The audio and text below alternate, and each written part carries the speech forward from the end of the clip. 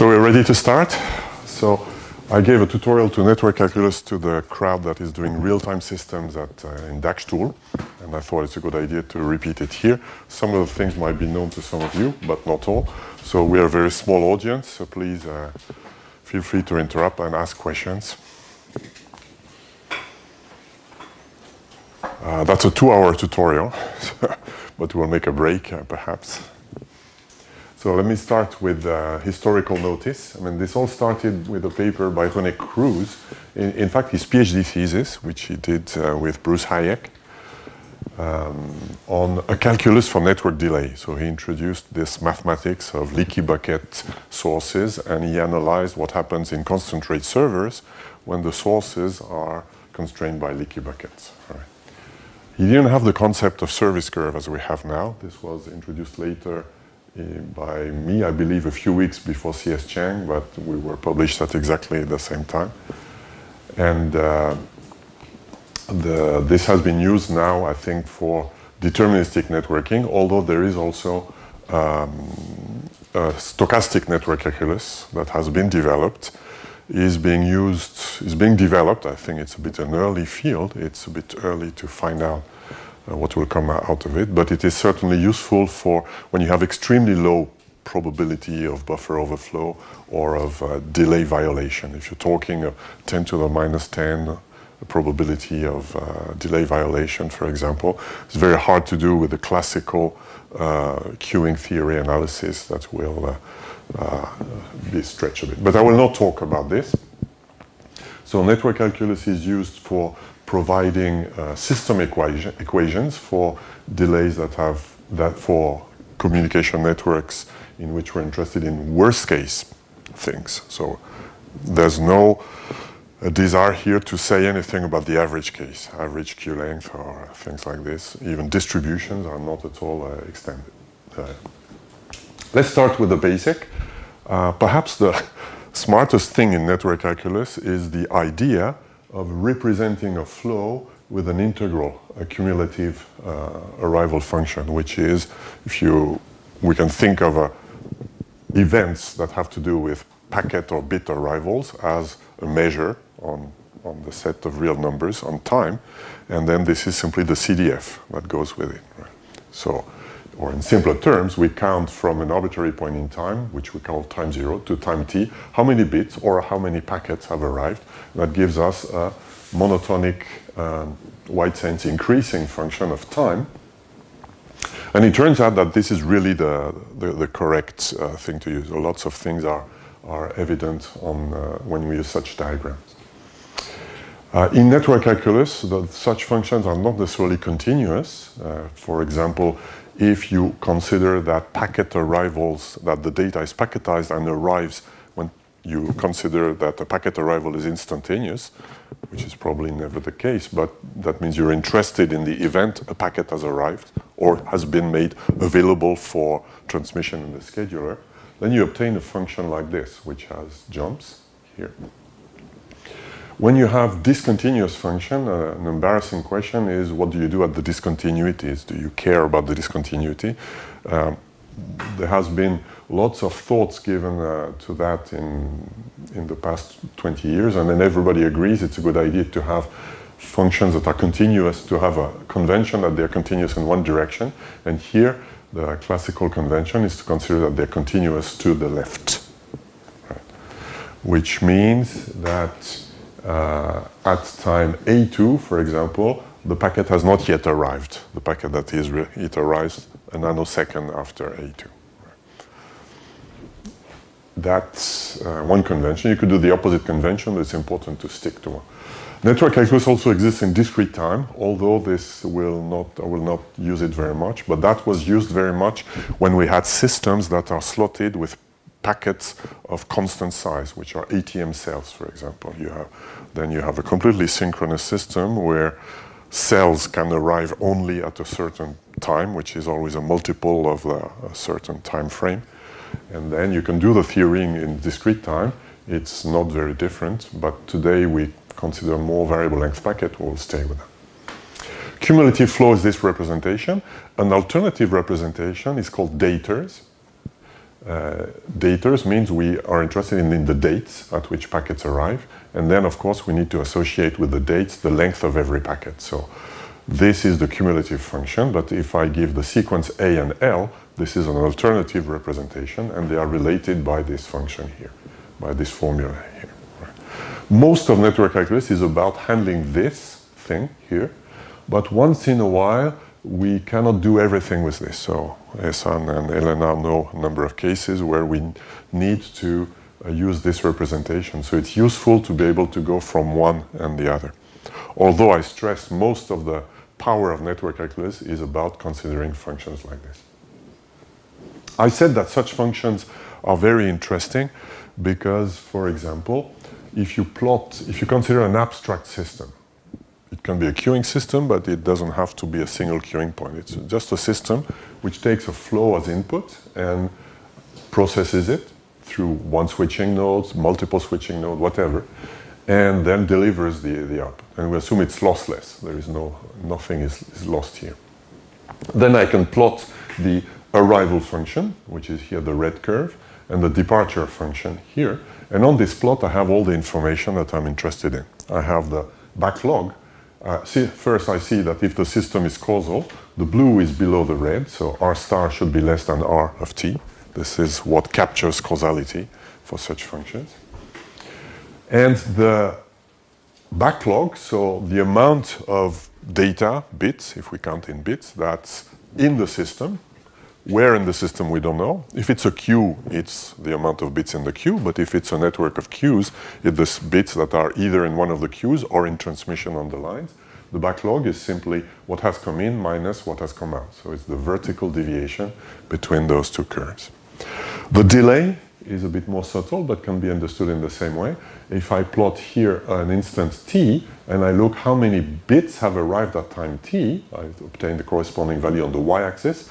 Then if I draw a horizontal line, I will obtain the time at which the same number of bits has come out. So if the system is FIFO, then this is the delay. If the system is non-FIFO, then it doesn't have a physical representation. But if the system is FIFO, which means if it preserves the order for this flow, then the delay is given by this horizontal thing.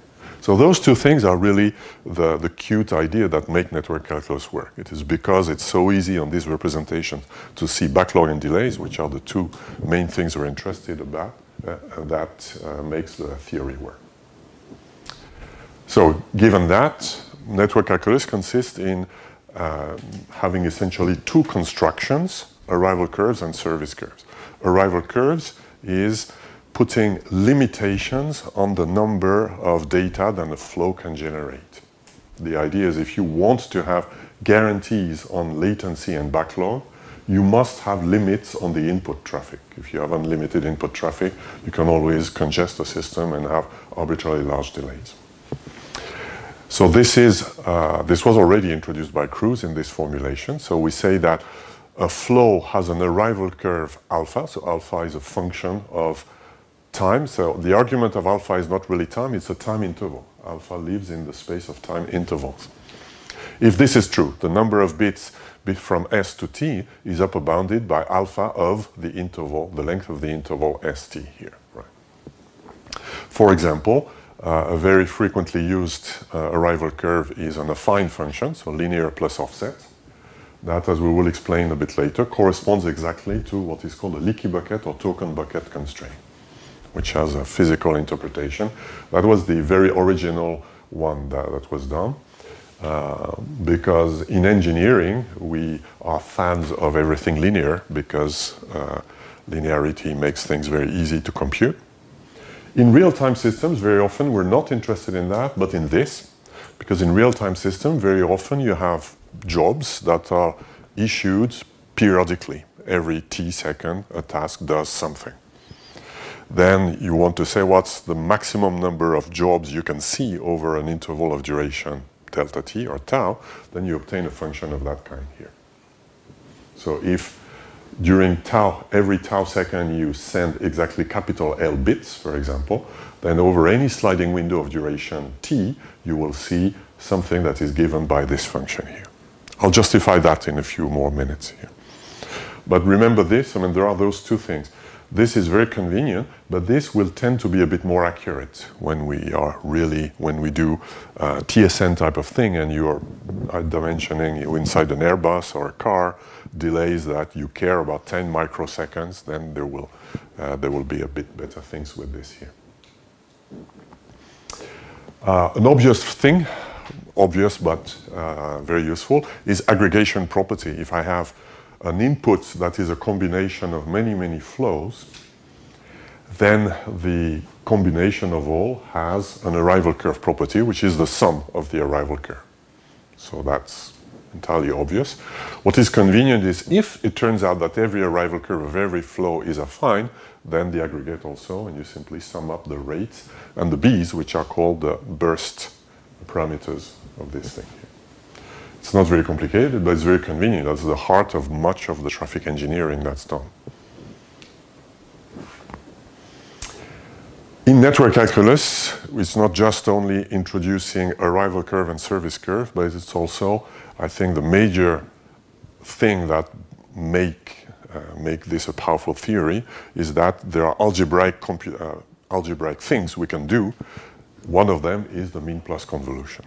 So we transform something that is in the description, in the language of packets and bits and things like this, into things that are purely abstract, mathematical constructions on which we do computation. And then we can, this is one of my pet stories I try to share with my PhD students, right? Try to go away from a problem, make it an abstract problem, and then forget about the original problem, at least for a short period of time, solve it the best you can, and then come back and say what it tells you.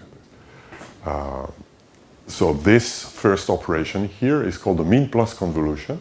So it operates on two functions. They can be anything, but in practice for us, the classes of functions we consider always functions that are increasing, a function of time, that are increasing in the wide sense, but that don't need to be continuous, but they are typically increasing most of the time. And it's given by this definition. F of t is the inf. So those are the arguments are always non-negative of f1 of s plus f2 of t minus s. What is an inf? Well, an inf is, what is an inf? The maximum lower bound. Is the maximum lower bound. That's the formal definition, but intellectually it's the minimum, right? For us, we think of it as the minimum, except there are always embarrassing things when functions are discontinuous. It may be that the minimum is just at the discontinuity, and by bad luck, it would be the minimum if it would be continuous to the right, but the function is continuous to the left. So up to some epsilon is the minimum, but sometimes due to discontinuities, it is only asymptotically the minimum. But another way to think about it, it is if we replace, there is an analogy between a sum and an integral on one hand, and a minimum and an inf on the other hand. So in Calculus 101, we do integrals of things, which are limits of discrete sums. We discretize the function by steps. We take the sum of the thing, and when the step becomes infinitely small, we have the integral. This analogy is valid here. In fact, there is a theory of this, which is called mean plus calculus or mean plus algebra, where the two basic operations are taking the minimum, the pointwise minimum of two numbers, and the addition.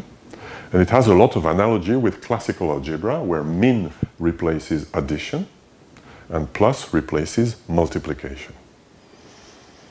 If we do this analogy, what is the equivalent of this? Well, the inf becomes the integral.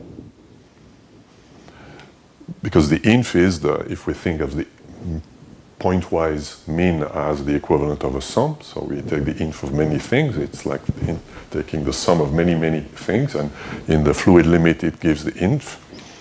And here, the plus operation is the equivalent in this mapping of the multiplication. So the formula I would obtain if I do this mapping is the standard convolution of two functions. Right? So that's why it's called mean plus convolution. It shares a lot of properties with this classical system theory, not all. In particular, the mean is not invertible. If I take the mean of A and B, if A is larger than B, by taking the mean, I have forgotten A. Whatever the value of A, as long as A is larger than B, the mean is equal to B. So I cannot recover A by knowing B and the mean of A and B, for example. So there is no subtraction that corresponds to it. So the analogy is not complete. It will stop somewhere. But that can be useful. In particular, there is a matrix theory that we can do with max plus. And I will show a few examples of, or give hints of where this can be useful.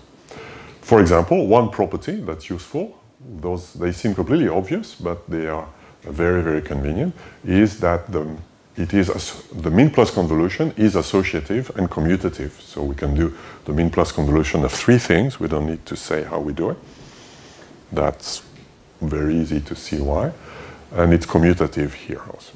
So we can be relaxed and write this as a normal product of functions. Second thing, it can be computed easily. There are software packages that do it for a large class of functions. At least easily intellectually. There might be combinatorial problem when the function is described by a large number of discontinuities, and if there is no periodic pattern on the function, that may have a description complexity. For example, if I have two functions that are linear, piecewise linear, like those two ones, and are convex, if they are piecewise linear and convex, taking the mean plus convolution is done by the following thing. You take all the pieces, it's piecewise linear, so you can write it as a concatenation of pieces, with increasing slopes, because it's convex. You put all those pieces in the same bag, all the red and blue pieces in the same bag. You sort them by increasing slopes, and you put them back to back. So I take the first two pieces are those ones, the horizontal. I put them back to back, obtain this. Then the next piece is this red one. I put it here, and since it goes to infinity, I stop. So the mean plus convolution of those two things is given by T1 plus T2 here, and then a slope which is the minimum of the two here. If the functions are concave, there is another rule where it is simply the minimum. So you have two concave functions, the mean plus convolution is the minimum of the two. So for concave and convex piecewise linear functions, it's very simple to do. And for combinations, we will see that there are other tricks that we can do. For example, by interpreting the mean plus convolution as the result of what we call a shaper, that I will explain a bit later. So for that, there is in the textbook, the original, there are two textbooks that exist today, I think, for that kind of thing. This one, the network calculus book that I wrote with Patrick 15 years ago, which is freely available online. And there is a recent book by our colleagues in Toulouse and Paris, who is not freely available online, but has perhaps more details on things like algebraic algorithms for computing in general cases, for example, mean plus convolution. Why do I care about mean plus convolution? Well, first, before saying what do I care, so this is what I mentioned before, so a number of obvious properties. In particular, one I should mention, if I consider in this setting, we allow functions to take values that are plus infinity. That will be quite convenient. We don't allow minus infinity.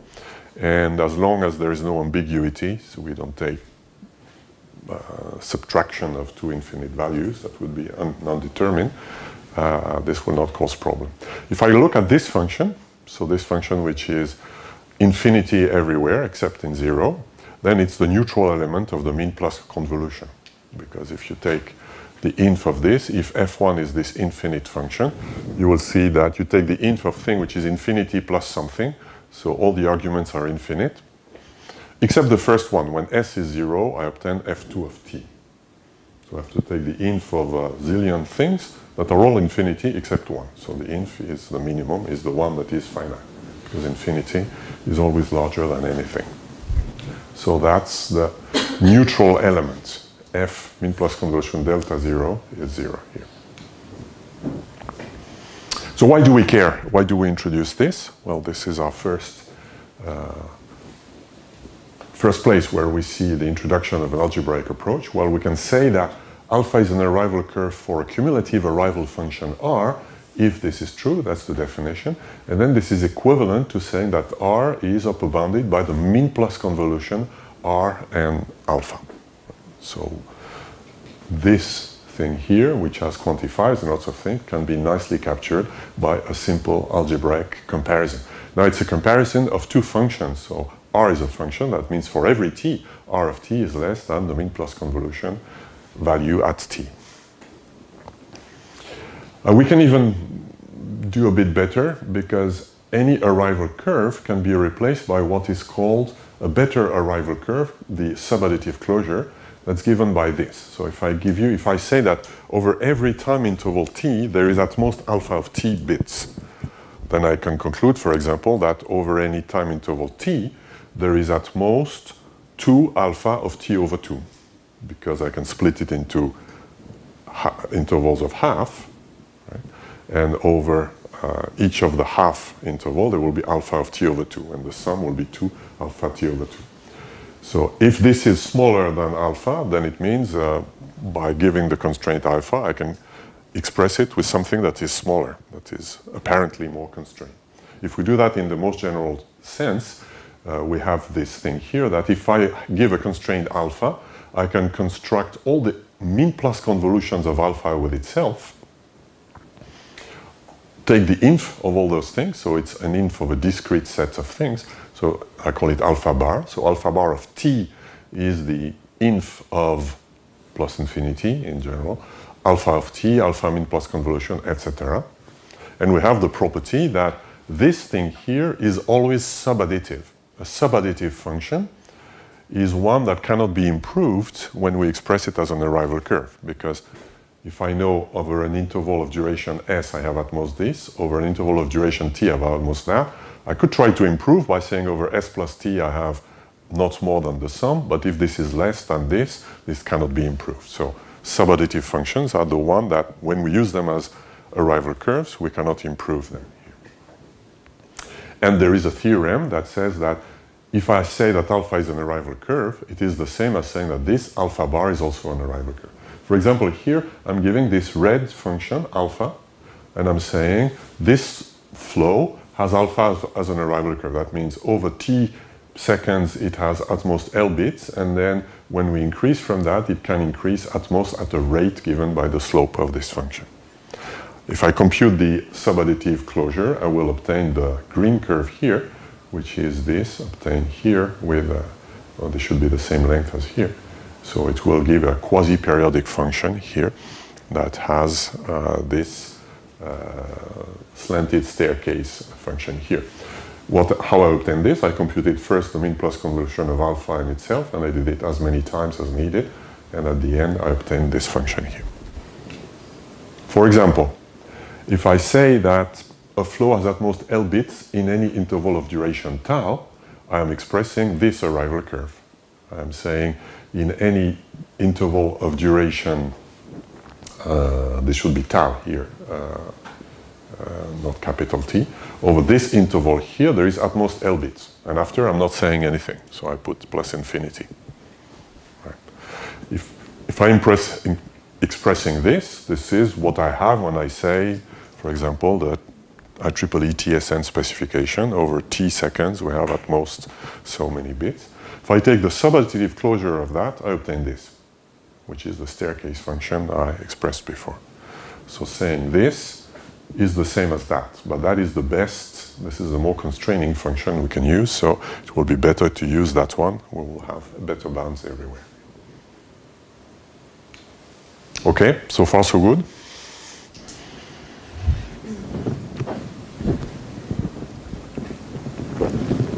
So the second ingredient of network calculus is to bound the service provided by a network element. We have put an upper bound on the amount of traffic that a flow can generate. Now we will give a lower bound on the amount of service that a network element can generate. The arrival curve property is fairly obvious. It's, apart from the subadditive closure, it's fairly obvious. Service curve property is a bit more contorted, and it took more time for it to appear exactly in the form that it has today. Here is the definition. I'll give the definition first, then I'll try to justify it by some examples. The definition is this one. So you have a system with the input cumulative function R, output R star. We say that this system offers a service curve. Now we call it a minimal service curve because there are many variants of it. So in case there are ambiguities, it's called a minimum service curve. If this equation is true, if the output is at least equal to the input mean plus convolution beta, which means that for every time interval t, if I look at the output, the amount of bits that have been delivered up to time t must at least be equal to the amount of bits that I have found at some time s. There must exist some s such that this is true. The output is equal to the input at time s plus beta of t minus s. So it means that if I draw the output curve in green here, there must be a time s such that if I add the service curve, here's an example of a service curve function that we will very often find, there must be at least one time s such that the green is above here. There must be one. We're not assuming it's true for every, there must be one here. So admittedly, it's a very abstract definition, and like many abstract things, it's hard to explain other than by example. So let's look at a few examples. So this definition is in fact a common definition that is the least common denominator into a number of abstract nodes, abstractions of nodes. The simplest node is the constant rate server. That's a model of a line at a constant rate. The packets come in, a single FIFO queue, and when a packet comes, it's served at a constant rate here. The classical queuing theory analysis will look at the buffer content here, which is perhaps exaggeratedly irregular. And here, the classical Rice formula will say that for the output, if I look at the time t, then there is a very special s, which would be the beginning of the busy period, which is the first time in the past, or the most recent time in the past, when the queue was empty and just transitioned from being empty to being non-empty. So at that time s, which is this time here. What happens here is that at that time, the input is equal to the output because this is just when we started to become non-empty.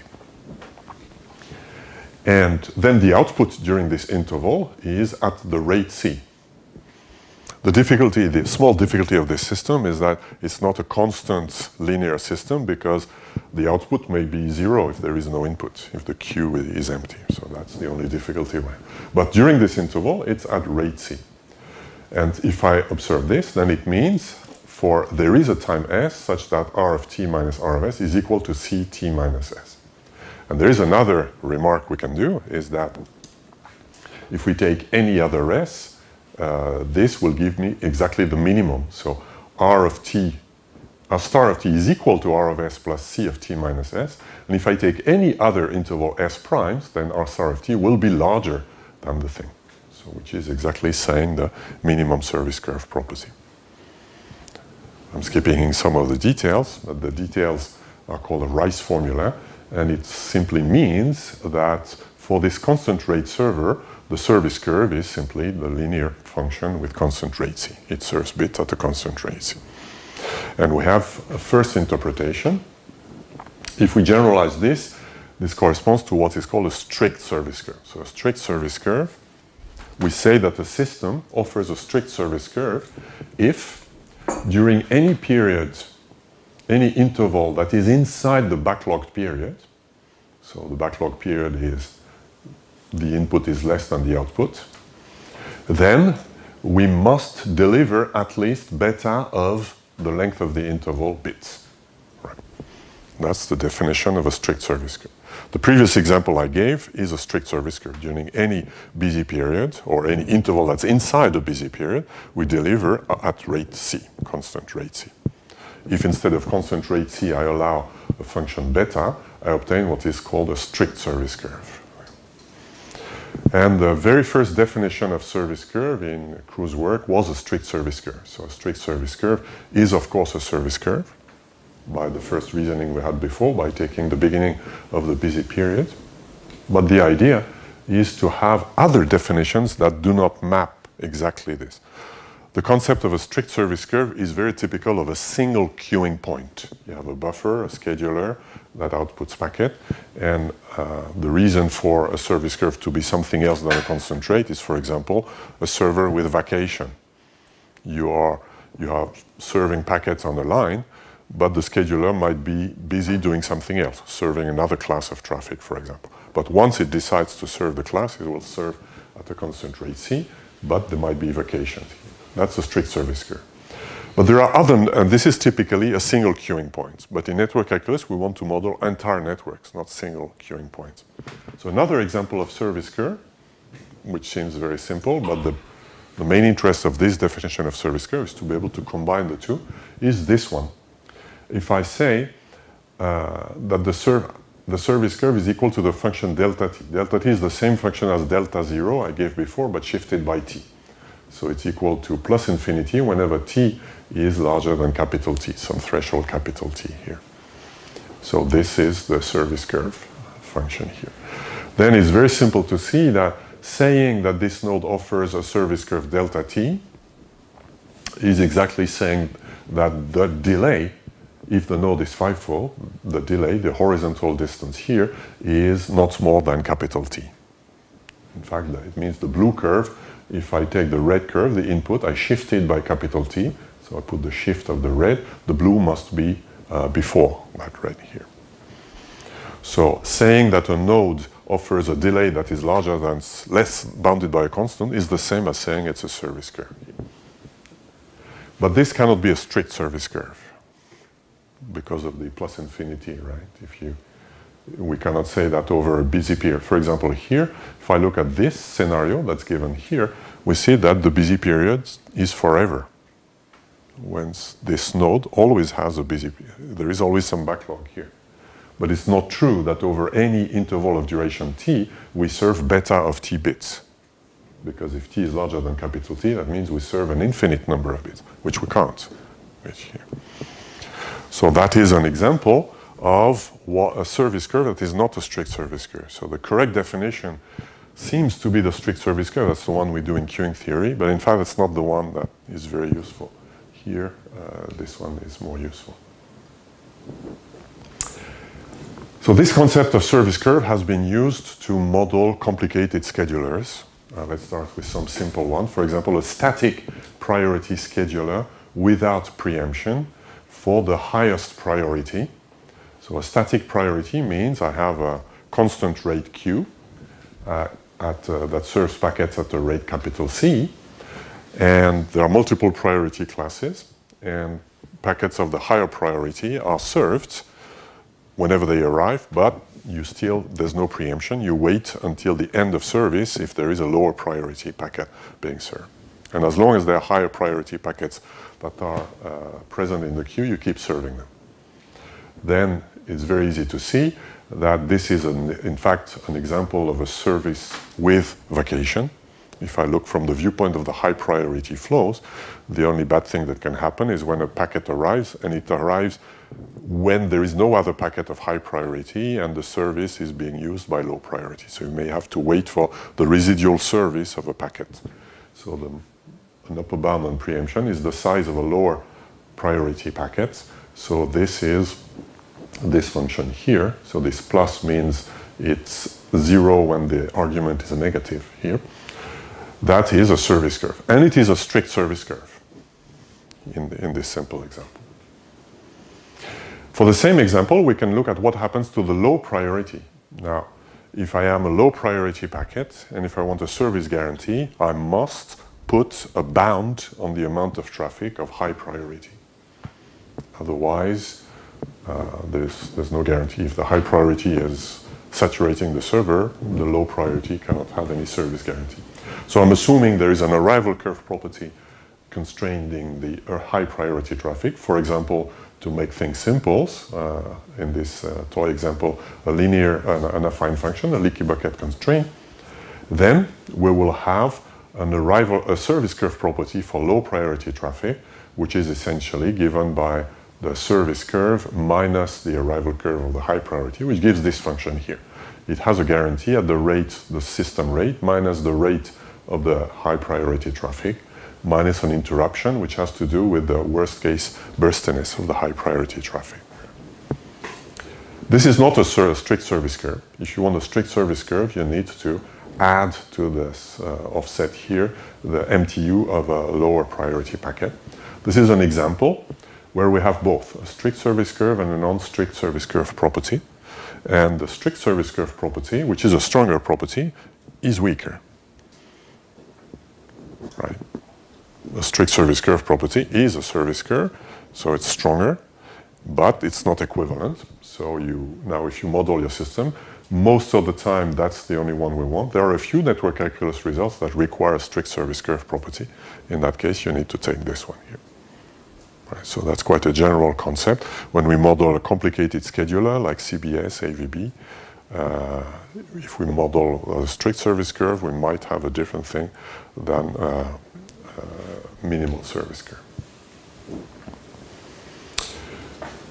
I mentioned that lots of schedulers have been modeled with this. So for example, a very popular per flow scheduler is the deficit round robin, which is the equivalent of processor sharing done in multitasking systems, but for packets. So if you have a queue that is serving multiple flows or multiple classes of packets, we can allocate to every packet some quantum, to every class some quantum, so to class I, Qi, which means that in the rate that is guaranteed to class I is proportional to Qi, and then with a bit of work, we can obtain a rate latency service curve property for such a system with those formulas for the rate latency, for the rate and latency parameters.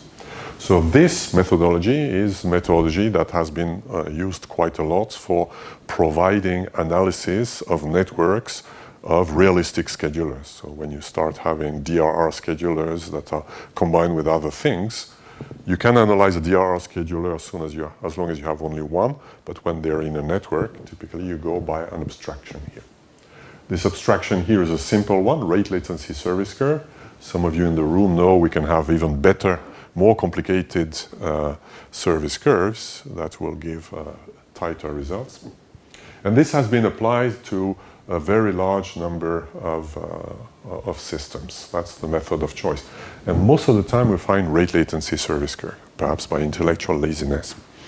That's what we find most of the time.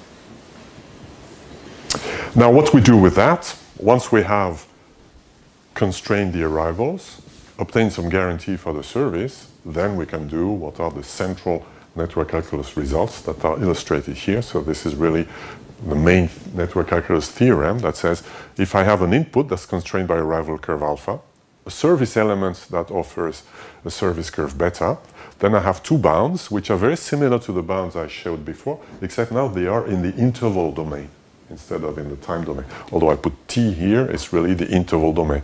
I plot alpha and beta, then the horizontal and vertical deviation between those two curves are upper bounds on backlog and delay, if the node is FIFO for delay.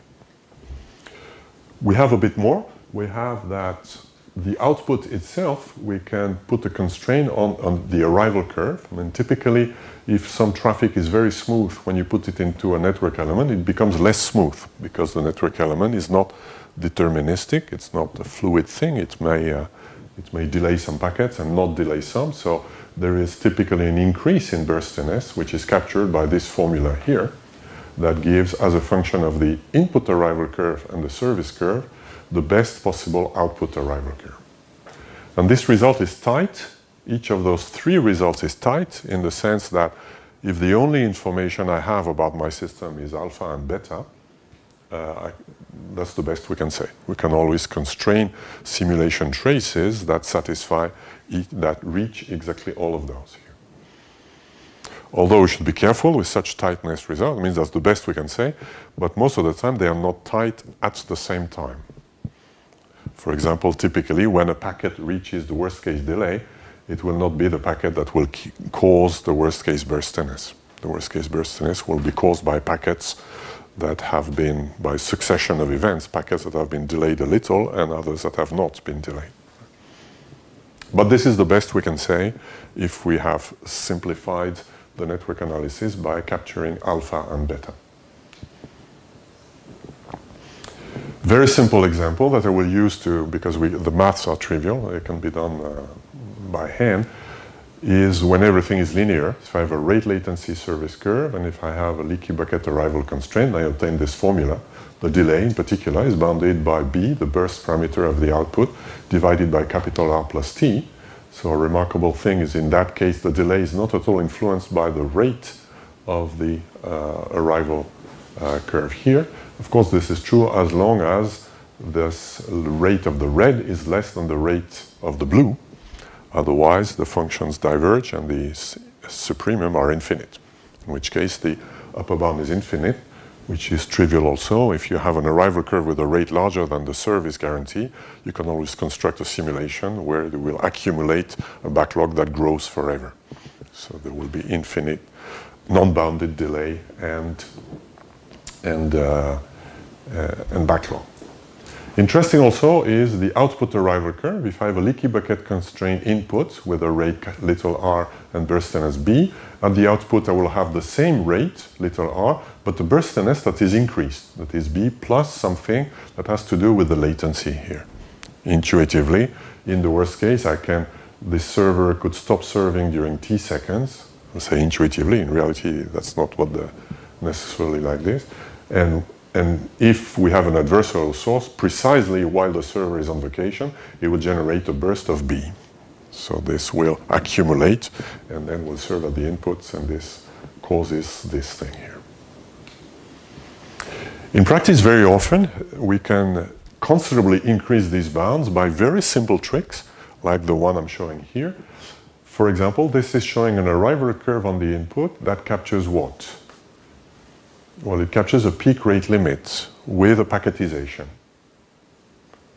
Here I'm assuming, which is a very frequent case, I'm assuming packets arrive on the line, and then at the end of the line, in the input buffer, I analyze the packet, I do things about it, and then the packet is made available for something else. Right? So there is here a little burst of one packet size, but after that, bits cannot arrive faster than the rate of the line here. If the source of the flow of interest that's arriving on the line is known to have an arrival curve RT plus B, which is given by this leaky bucket, and is known to arrive on this line, then it's very simple to see that if we have two constraints on the flow, alpha 1 and alpha 2, then an obvious constraint can be derived from alpha 1 and alpha 2, and is what? The mean plus convolution of alpha 1 and alpha 2, because being constrained by alpha means R is less than R alpha, R mean plus convolution.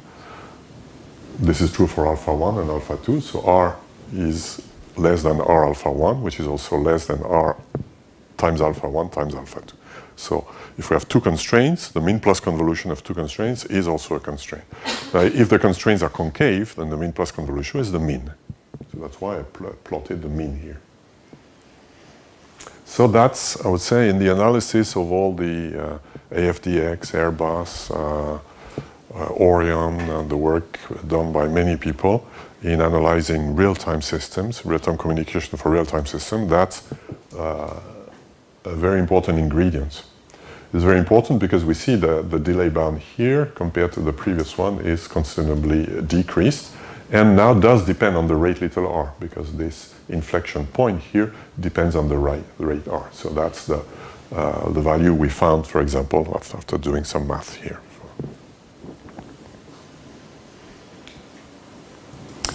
Voilà, that's, I would say, the first chapter of network calculus. Now, in reality, there is a difficult thing in network calculus, which is the fact that the difference between fluid and packetized systems, which corresponds to a real problem when analyzing extremely accurately what happens in real-time systems. When you have packets that come on the line, if the packet is, like I said, intercepted at the end of the line, analyzed, and then transmitted, there is what I can call a packetization effect. You have systems that do it, you have systems that don't do it. So you have to know when you analyze your system whether it's doing it. Some systems don't do it, they do cut through. So as soon as the first bit of a packet arrives, it continues being transmitted somewhere else. So some systems do, some systems don't. But many systems do, so we have to be able to capture that. This is called a packetizer. So a packetizer is something that illustrated on this curve here. Assume I have a constant rate line that serves the bit at the constant rate, and assume at the input is shown as red, I have 10 packets. So every little arrow is a packet here at the input, and assume they arrive all at the same time. So that gives this function here. Right. This is the input, R of t. The output, if I put an oscilloscope on the line and I look at all the bits, how they travel on the line, I will see the blue curve here, which is a straight line at constant rate c until we have nothing to serve here. If I packetize, that means if I wait for entire packets to be received, I will obtain the staircase function here that is obtained by accumulating all the bits until I have a general packet, a complete packet. If packets are of constant size, it's fairly easy to analyze. The difficulty is if all packets are not of the same size, which is the typical case in TSN and DetNet. So this is captured by this function here, which is the packetizer. So the packetizer depends on the length of packets. So I assume I have a stream of packets, and for packet 1, the length is L1, packet 2, L2, etc. And I treat that as constant. Capital L is the integral of this. And the function P, indexed with capital L, is the one given by this here. This is the function that delivers a packet of length Ln, but it waits until it has accumulated all the bits. So this is exactly what is given here. The value, as long as the value was less than the size of the first packet, PL of the value is 0, and when we have reached the entire packet, PL of the value is the entire packet here.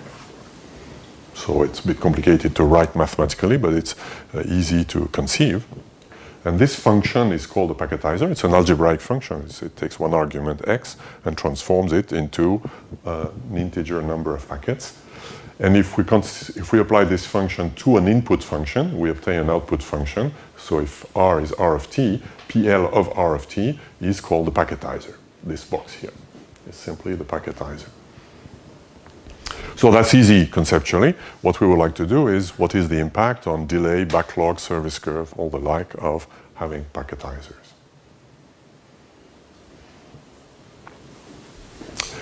It's easy to see on this figure, intuitively, what happens. If I look at this constant rate server without packetizer, we know it offers a service curve CT, and it's visible here that the output is exactly CT. In general, service curve means the output should be at least equal to CT. But if I look at the output with packetization, we see that the service curve property CT is not satisfied. The output is not above the blue line here. It's in fact a bit below here, but not by much. It's below by one packet size. If I draw a parallel line here that deviates by the worst case of one packet size here, then this will be satisfied. So when we specify a service curve, we have to be, if we want to be very accurate, if we care about delays of that caused by one packet size, we have to possibly be careful whether such a packetization occurs or not. If it occurs, we have a generic result, which says here that if I consider a system that is followed by a packetization effect, so by a packetizer, if I'm interested in delay bounds, R prime is the output before packetizer, R star after. In terms of delay bound, it doesn't matter. It's easy to see here. The delay bounds are the delay for the first packet is here. The delay are always at the point where the packetized and non-packetized curve are the same. So for delay bound, you can ignore the packetizer if there is one. But for backlog, you cannot. You need to introduce Lmax. And for service curve also, you have to introduce Lmax here. And similarly, because of the service curve property, for the output arrival curve, if a fluid flow has a arrival curve alpha, then the packetized flow has an arrival curve which might be a bit increased by one packet size here. We see that here. The output here has an arrival curve which is CT, constant over t units of time, they can be at most t bits. But if we packetize, then we have something which has a constant offset here. So this is the effect of packetization, and this is also time bound. So now we can incorporate packetization, and we should not forget it.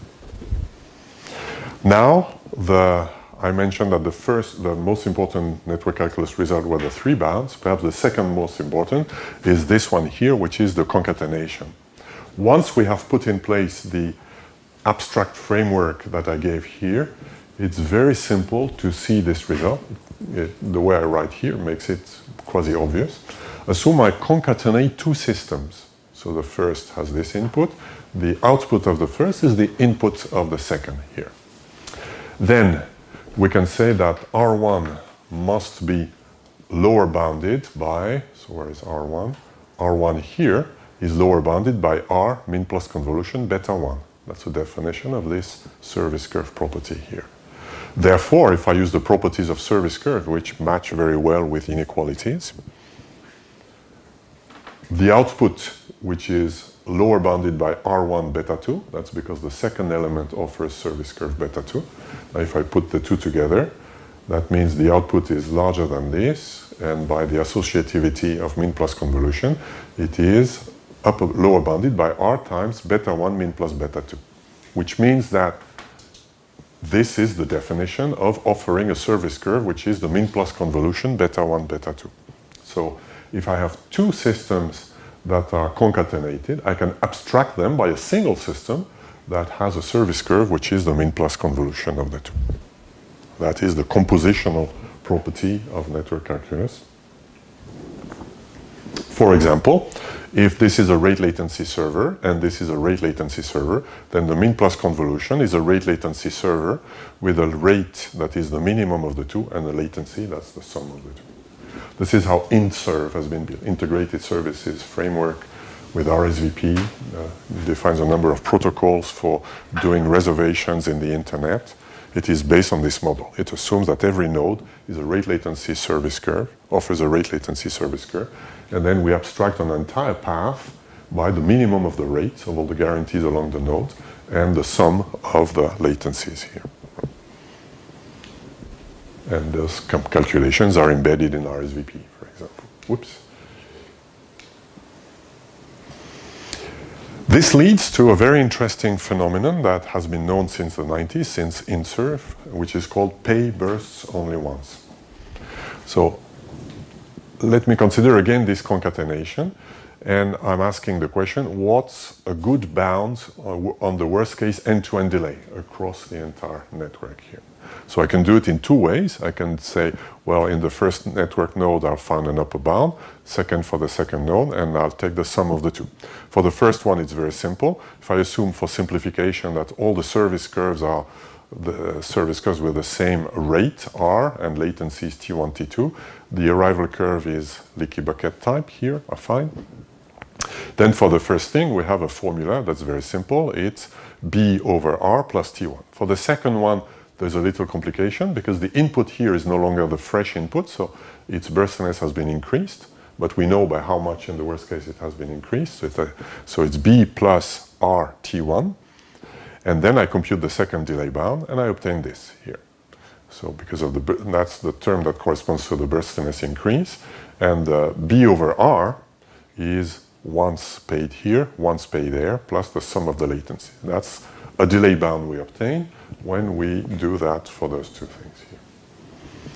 If we apply the concatenation result, we say no, a better way or a different way to do it, which turns out to be better, consists in saying I will abstract this concatenation as a single network element that has a service curve, which is the sum of the latency, which has the same rate and the sum of the latencies, T1 plus T2.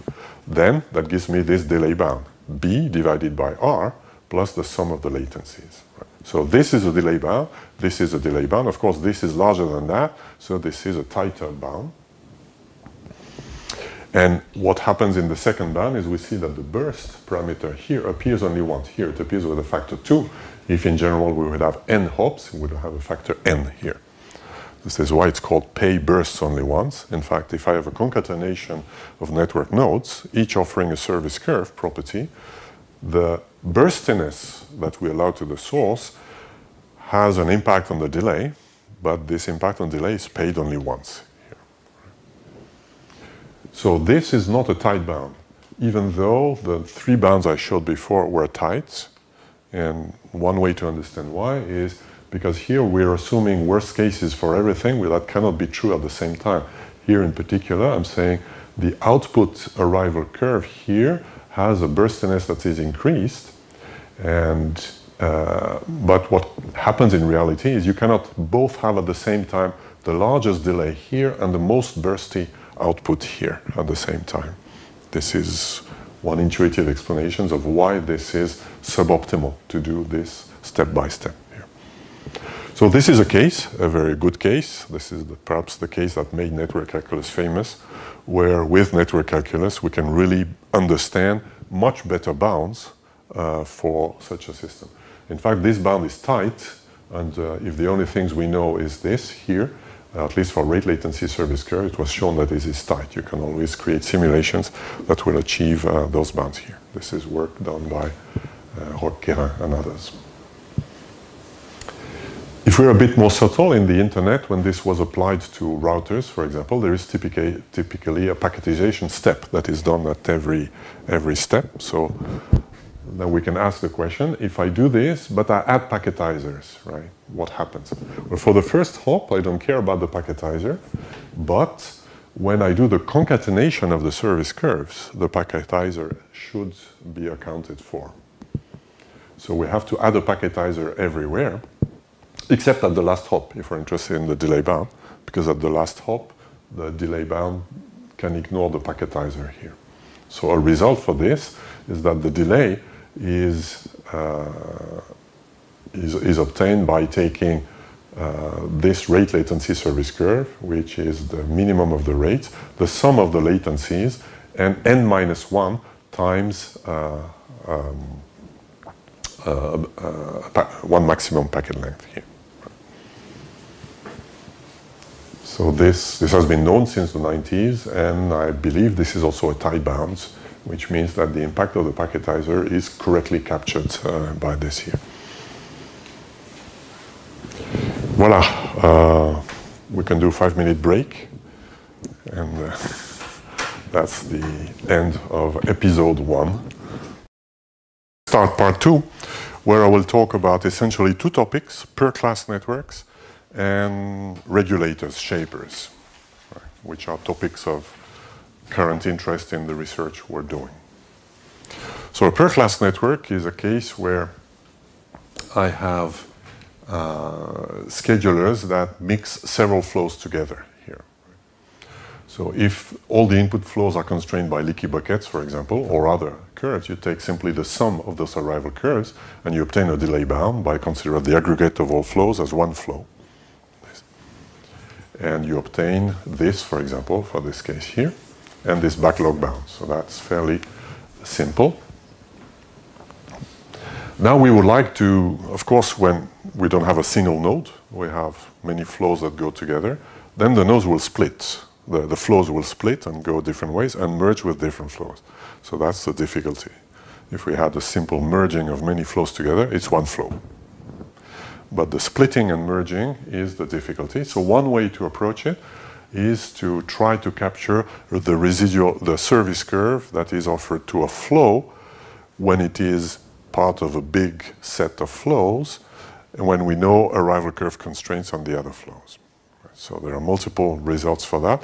One of them is when we have FIFO networks, which is one of the things of interest because FIFO is much simpler to implement, at least inside a class. Then there is this result, which is the best known so far, which is also by Cruz, by the way, this result, which says that if I have a number of flows, but I can abstract that by saying I have only 2 flows, I have flow 1 is the flow of interest, flow 2 is all the other flows together, then flow 1, and I assume the aggregate receives a service curve beta.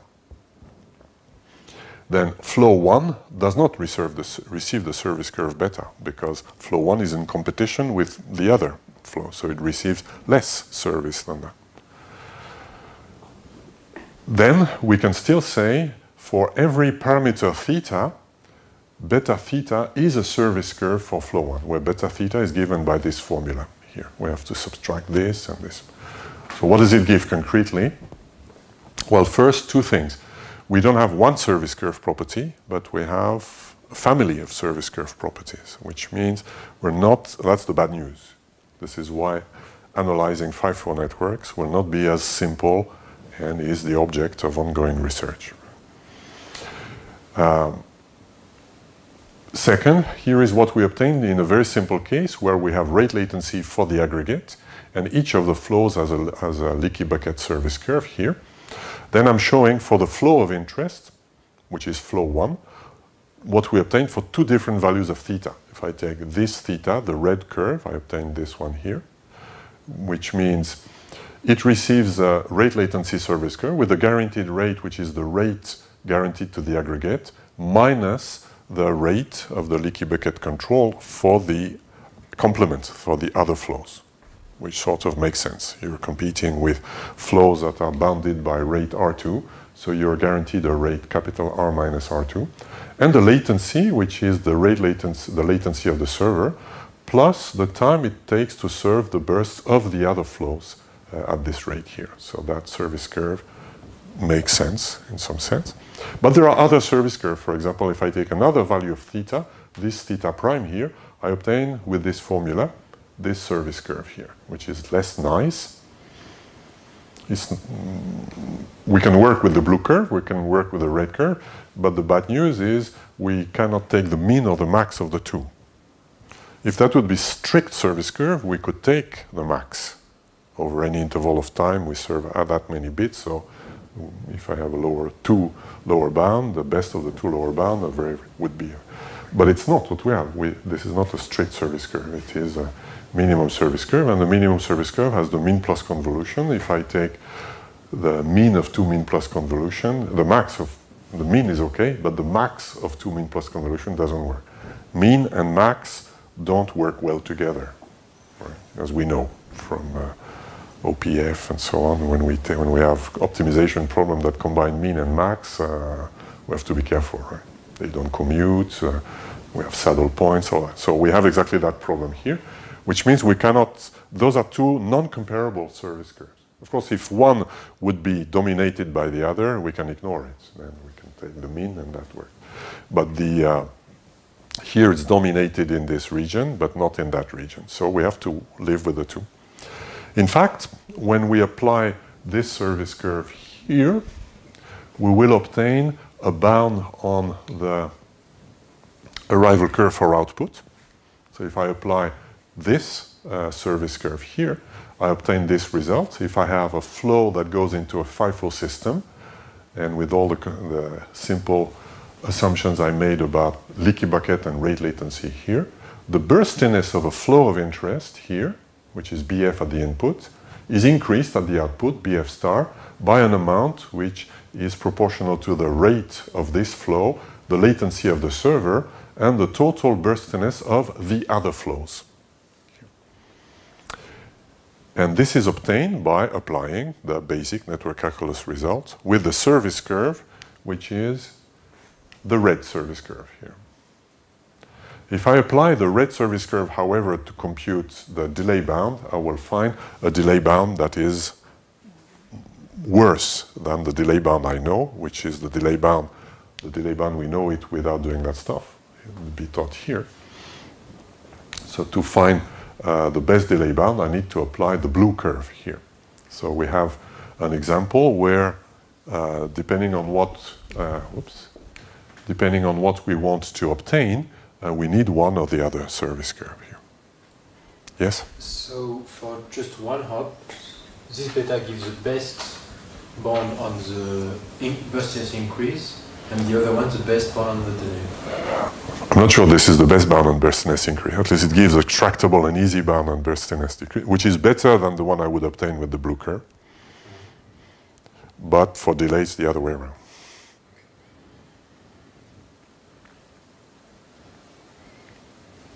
And this is the difficulty of analyzing 5-4 networks in general, because we see that if I analyze with this method, I could iteratively or recursively say, I know the transformation that's imposed by any 5-4 network element on the burstiness. So I can use this as input to the next hop, and this can be done, and this is very often done.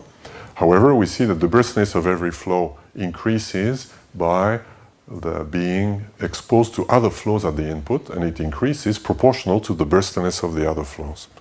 And since this will now be exposed to splitting and merging with other flows, it will also increase the burstiness of other flows.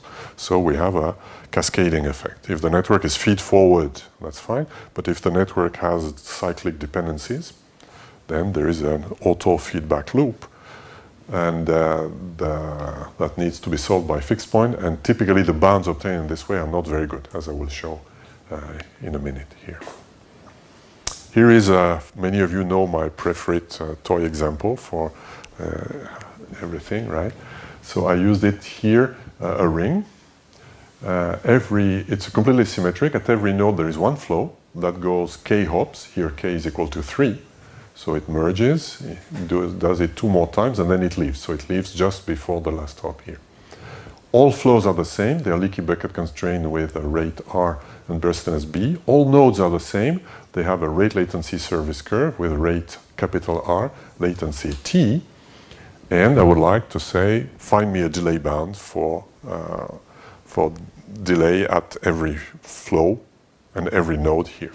It's a completely symmetric thing, so the delay bound should be the same for all nodes and all flows. So we just have one value D to compute. How do I compute it? Well, I can use, for example, the burstiness increase that I gave before by introducing the variable Bj, which is the burstiness of a flow of interest after traversing j hops. So B0 is the value at the source, B. And after j hops, it is the input burstiness plus the increase, which is given by this. So this flow is sharing the input with all the other flows. It is in its hop j minus 1. So it sees a flow that is fresh, a flow that is at its first hop. So it sees all other possible cases except itself. So I call B tot the same of the burstiness. By symmetry is the same at every node. That gives me this equation here. So I have here an equation that relates Bj, Bj minus 1, and B tot. If I know B tot, I have a recursive formula that I can solve, starting from B0 equal B. And then I have then a fixed point equation, B tot. If I know B tot, I will compute all the B's, and I put that in this equation. That gives me an equation for B tot that I can solve. Right. Yes? These BI's are the burstiness for flow I. For one flow after I hops. This is completely symmetric. So flow, so I call it J, right? So flow I at its source has a burstiness B. After here it has B1, here it has B2, here it has B3. B3 we don't care because it leaves. So in this example, I need only to compute B1 and B2. Flow I minus 1 is the same, has burstiness B, B1, and B2 here. Okay, but what about B tot? B tot is the sum of the burstiness of a flow of interest at its source plus the burstiness of this flow of interest after its first hop, or, which is the same, the burstiness of the flow that comes from the previous hop when it is sharing with this flow here. Yes, but curious about the competing flows. So they should play a role. So let's look at this hop here. What is going into this node? A fresh flow that has burstiness B0. Yes. Plus this flow that has burstiness B1. Yes. Plus this flow that has burstiness B2. So the B tot is B0 plus B1 plus B2. Okay. Which is in fact the burstiness of this flow, of that, and of that. But I can also interpret as the burstiness of this flow here, and the same flow, 1 and 2 hops away. The burstiness term is the same for all. Because it's a completely rotational symmetric case, everything. Of course, otherwise we'll have a more complicated. We have one variable per flow and per hop. So we have n square variables here. But here, to have something tractable and where we can analytically say things easily, I can compute that. Now, if I compute this, I have a fixed point equation, and this fixed point equation has a positive solution only when I find an equation of the type b tot multiplied by something is equal to a function of b tot. So it's easy to solve. It's an affine equation. But depending on the values of the parameters, it can have a positive solution or not. If it has a negative solution, obviously there's a bug in my method, right? The total burstiness is equal to minus 20. What does that mean here? So, because what is hidden in what I said here, I derived a set of necessary conditions for burstiness bounds, assuming there exists a finite burstiness bound. But since I have feedback in the system, here, when I apply those formula, if I know the input bound here, I can derive the output bound. But apart from the fresh flows, I don't know what are the input bounds and whether there is a finite bound for burstiness at the input at all. I don't know this. Fortunately, there is a result. It's called the time-stopping method, which is explained in the network calculus book, which says that for this, and Gianluca Rizzo has studied that more generally in his PhD thesis 10 years ago, if for all quantities of interest like burstiness, delay, backlog, everything, when you write a fixed point equation, if there is a non-negative, so a positive solution, then it is a valid bound. Right, so this general theory says that if this fixed point equation here finds a positive solution, then those burstiness are valid burstiness bounds at every hop. The idea of the proof of the time-stopping method is very simple. It consists in stopping time. It says, let me consider a network where after a time tau, all the sources stop sending. Right. And you take tau as a parameter of your modified network.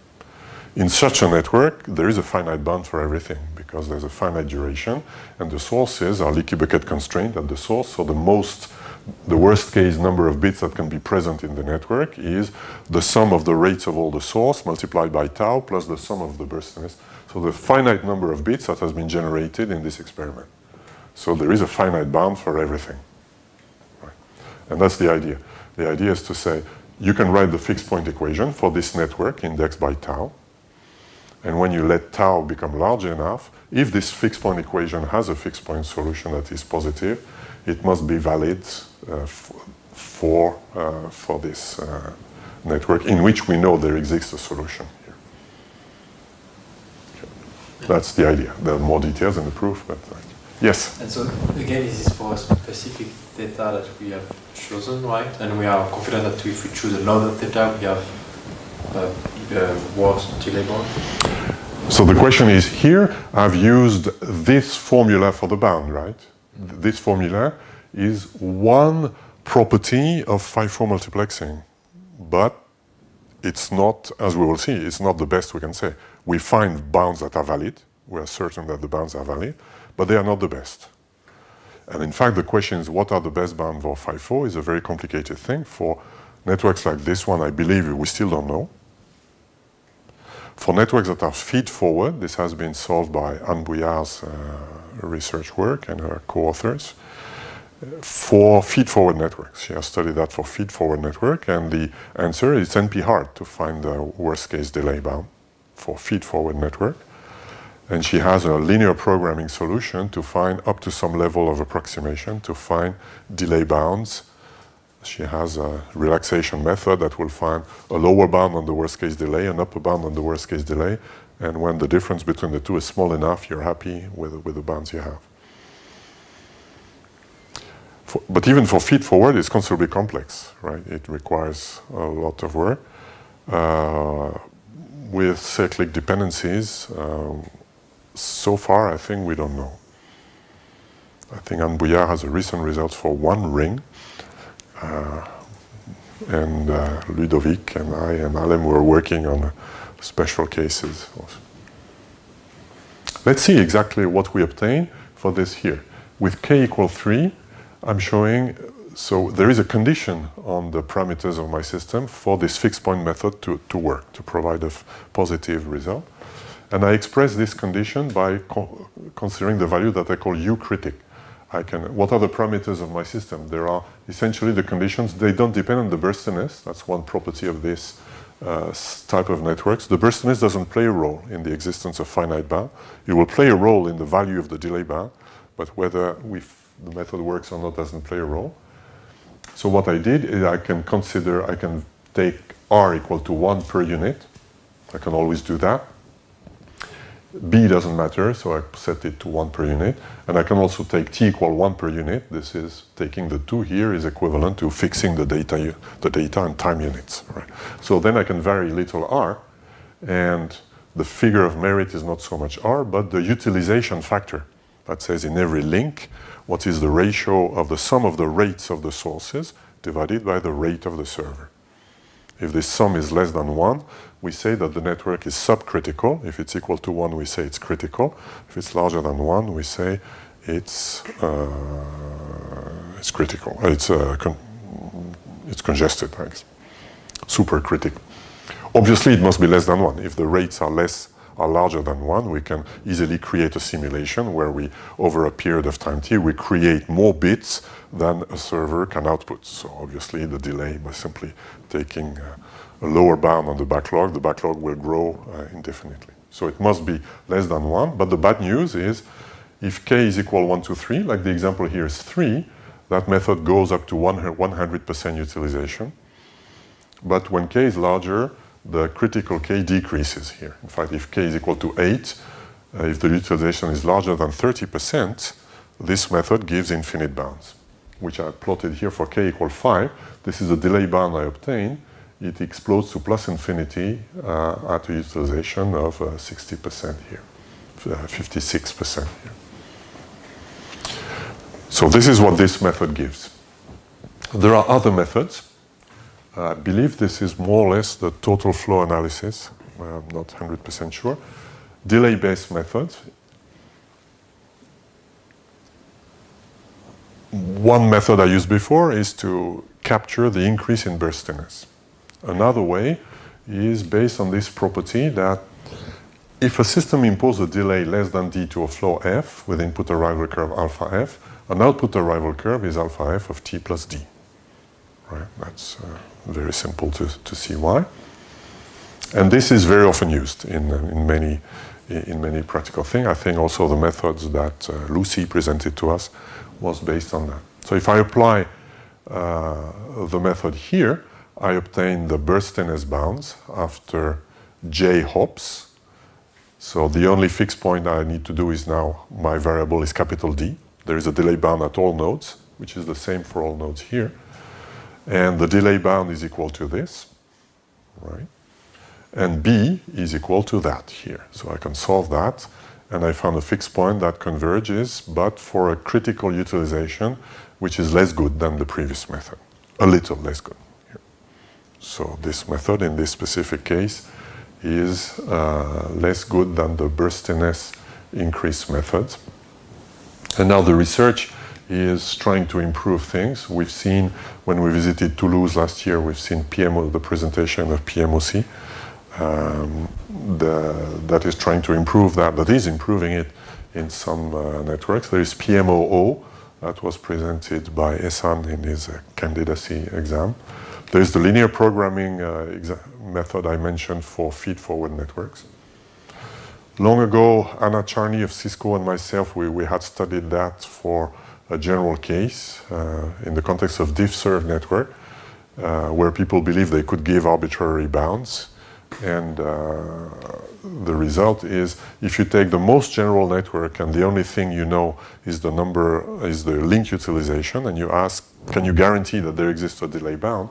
The answer is only if the link utilization is less than this quantity, 1 over h minus 1, where h is the maximum number of hops.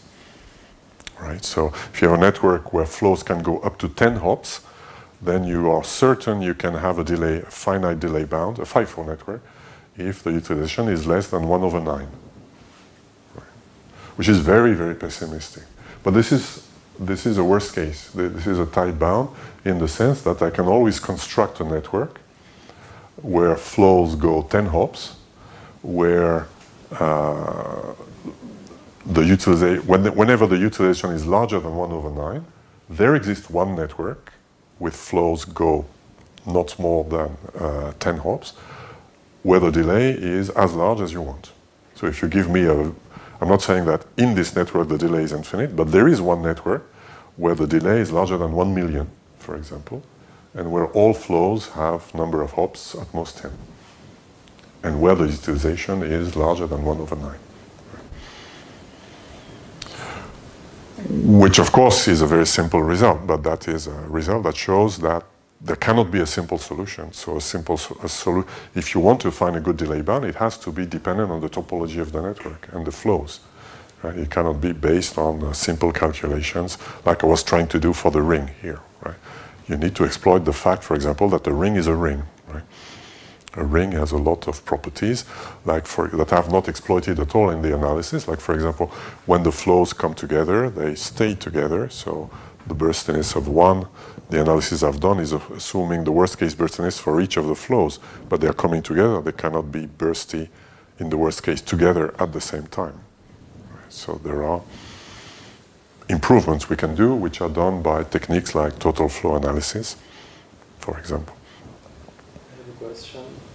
With this formula, you said that if U is larger than 1 over H minus 1, there exists one network topology, right? There exists one network example. So if you take U larger than, say, H equals 10, and you take U equals a number larger than 1 over 9, 1 over 9 is 11.111%. So you take 11.2%. Okay. There exists a network where the link utilization is 11.2%, and that has a delay bound 1 million. There is another network with the same utilization that has a delay bound 1 zillion, and etc. Or more precisely, you can construct a network simulation where the delay is 1 zillion. Of course, those networks are pathological. They are you need huge networks to have huge delay bound. But that means that if you have a delay bound that contains only as formulas the number of hops and the link utilization, there are more subtle results that is in this reference here. If you know also the link rate, typically you have better bounds because we have this flow shaping property. So the bound here will be better. We can improve this threshold by something that the lower the link rate, the better this will be. But the same methodology gives you, there is still a bound, which is not 100%, where if you go beyond, you can create a network that can have arbitrarily large network delays.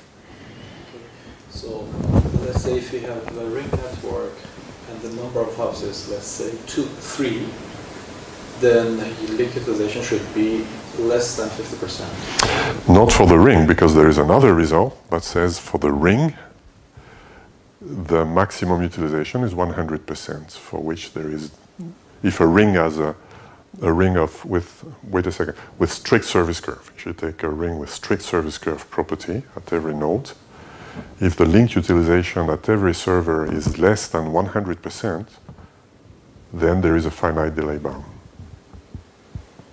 What is the difference between, what is specific about the ring? Well, a ring is a ring. The ring is not the worst case,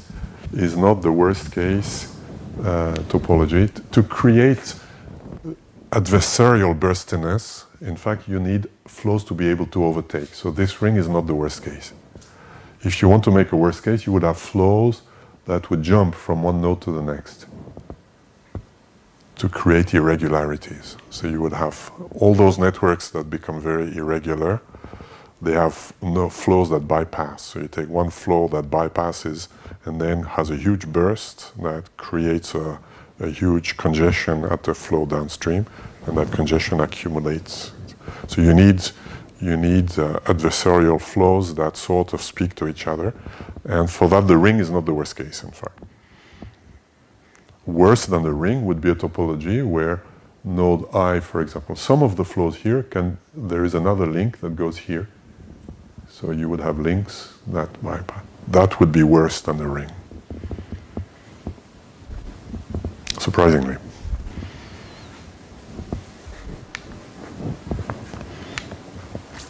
In general, we could ask the question of stability. This was Gianluca's thesis. Gianluca studied the stability, not so much the having good bounds, but just the first order thing. So stability, as was said, network is underloaded if the link utilization, so we take a simple case where all the sources are constrained by leaky buckets, where all the servers are rate latency servers, and we have this classical definition here, right? And a network instance is what you have when you describe the routes, the leaky bucket constraint at the sources, the rate and latency parameters of all the nodes. So all the R, all the T's.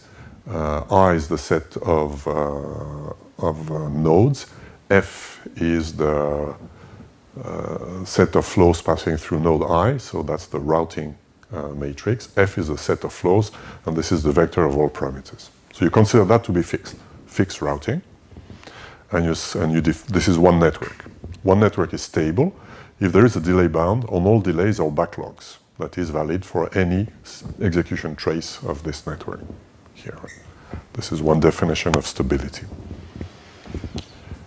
It's easy to see that, not straightforward, but easy to see that existence for this type of network, it's FIFO, right? All nodes are FIFO.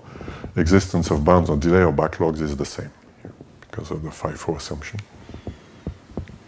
So which FIFO networks are stable? Well, clearly an overloaded FIFO network is not stable. We discussed that a minute ago. That's trivial. You can create a simulation trace that will generate more traffic than the rate at which the servers are able to guarantee.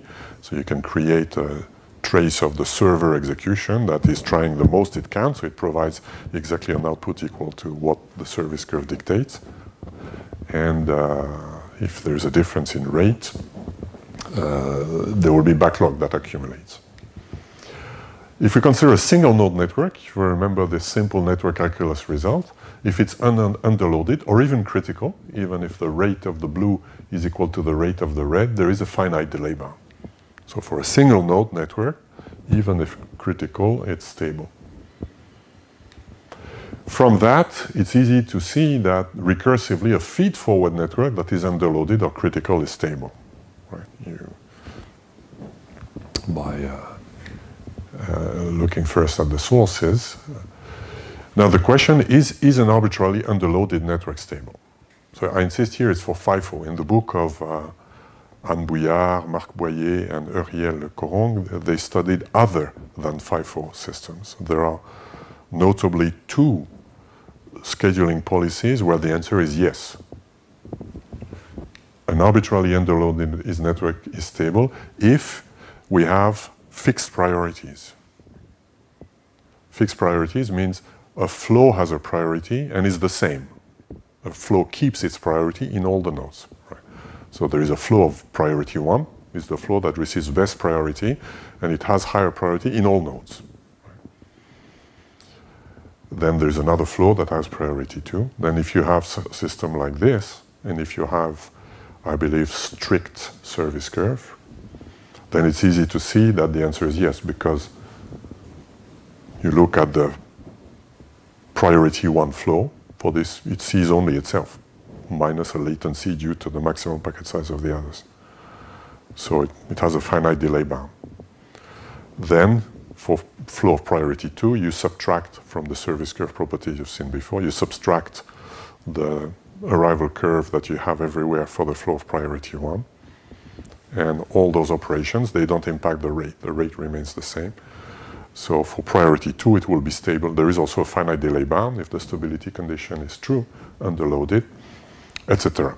So in some sense, priority is good compared to FIFO, right? So Except, of course, for the delay, for the last priority flow, the delay might be very bad. That's the problem of priority. But that's a direction to explore, to keep in mind, right? Priority, if there is, of course, a combinatorial problem of NP-hard problem, find how to assign the priorities to flows in order to achieve certain delays, plus the routing, so it becomes quickly very hard, but that's an option. There is another set of policies, another policy, scheduling policy that makes the answer yes to that. It is, I believe, when flows have a priority that is equal to the number of hops that they still need to go, where priority means higher number means lower priority. So if a flow has, if I take the example of the ring, at the source, when a flow is fresh, it has k hops to go, so it would be put in priority k, which is the lowest priority. After one hop, it would have priority k minus 1, which is one priority larger. With this priority system, the answer is also yes. The network is always stable. But here we are interested in FIFO. What do you guess is the answer to that?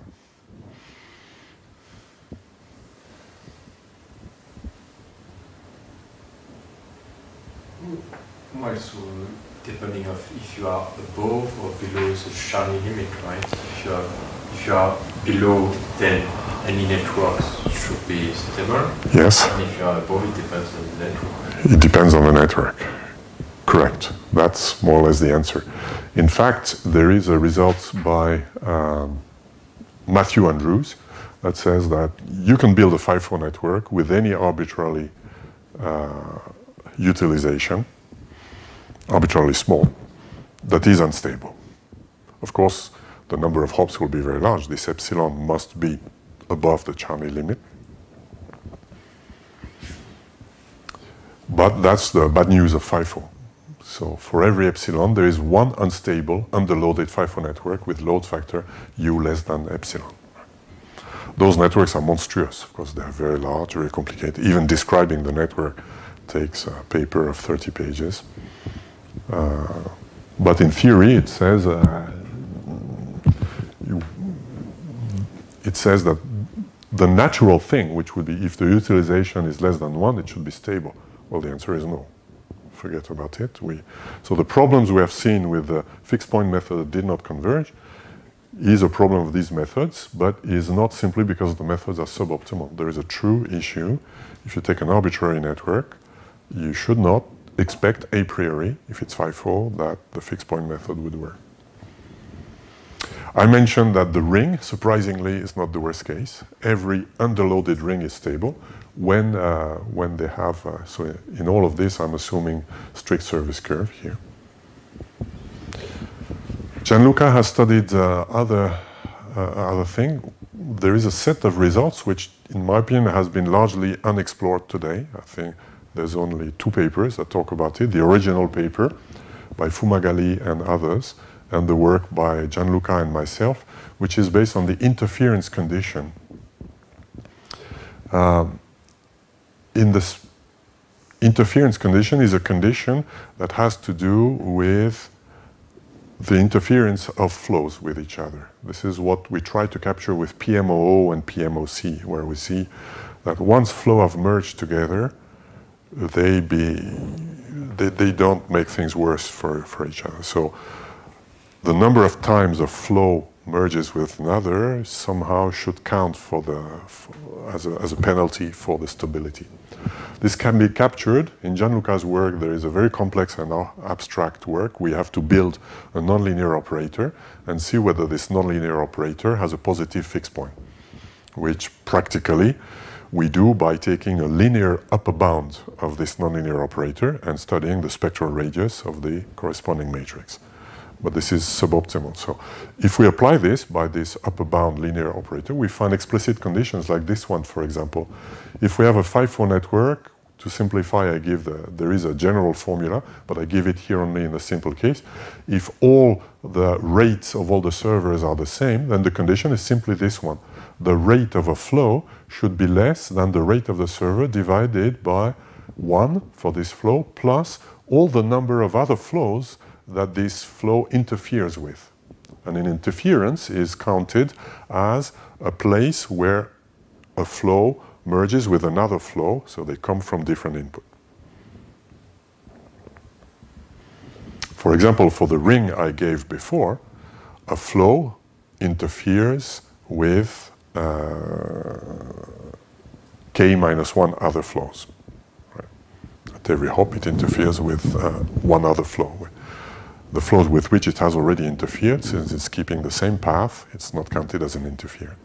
So if I apply this result to the ring network, the condition is RF less than R divided by K, which means the maximum utilization is 100%,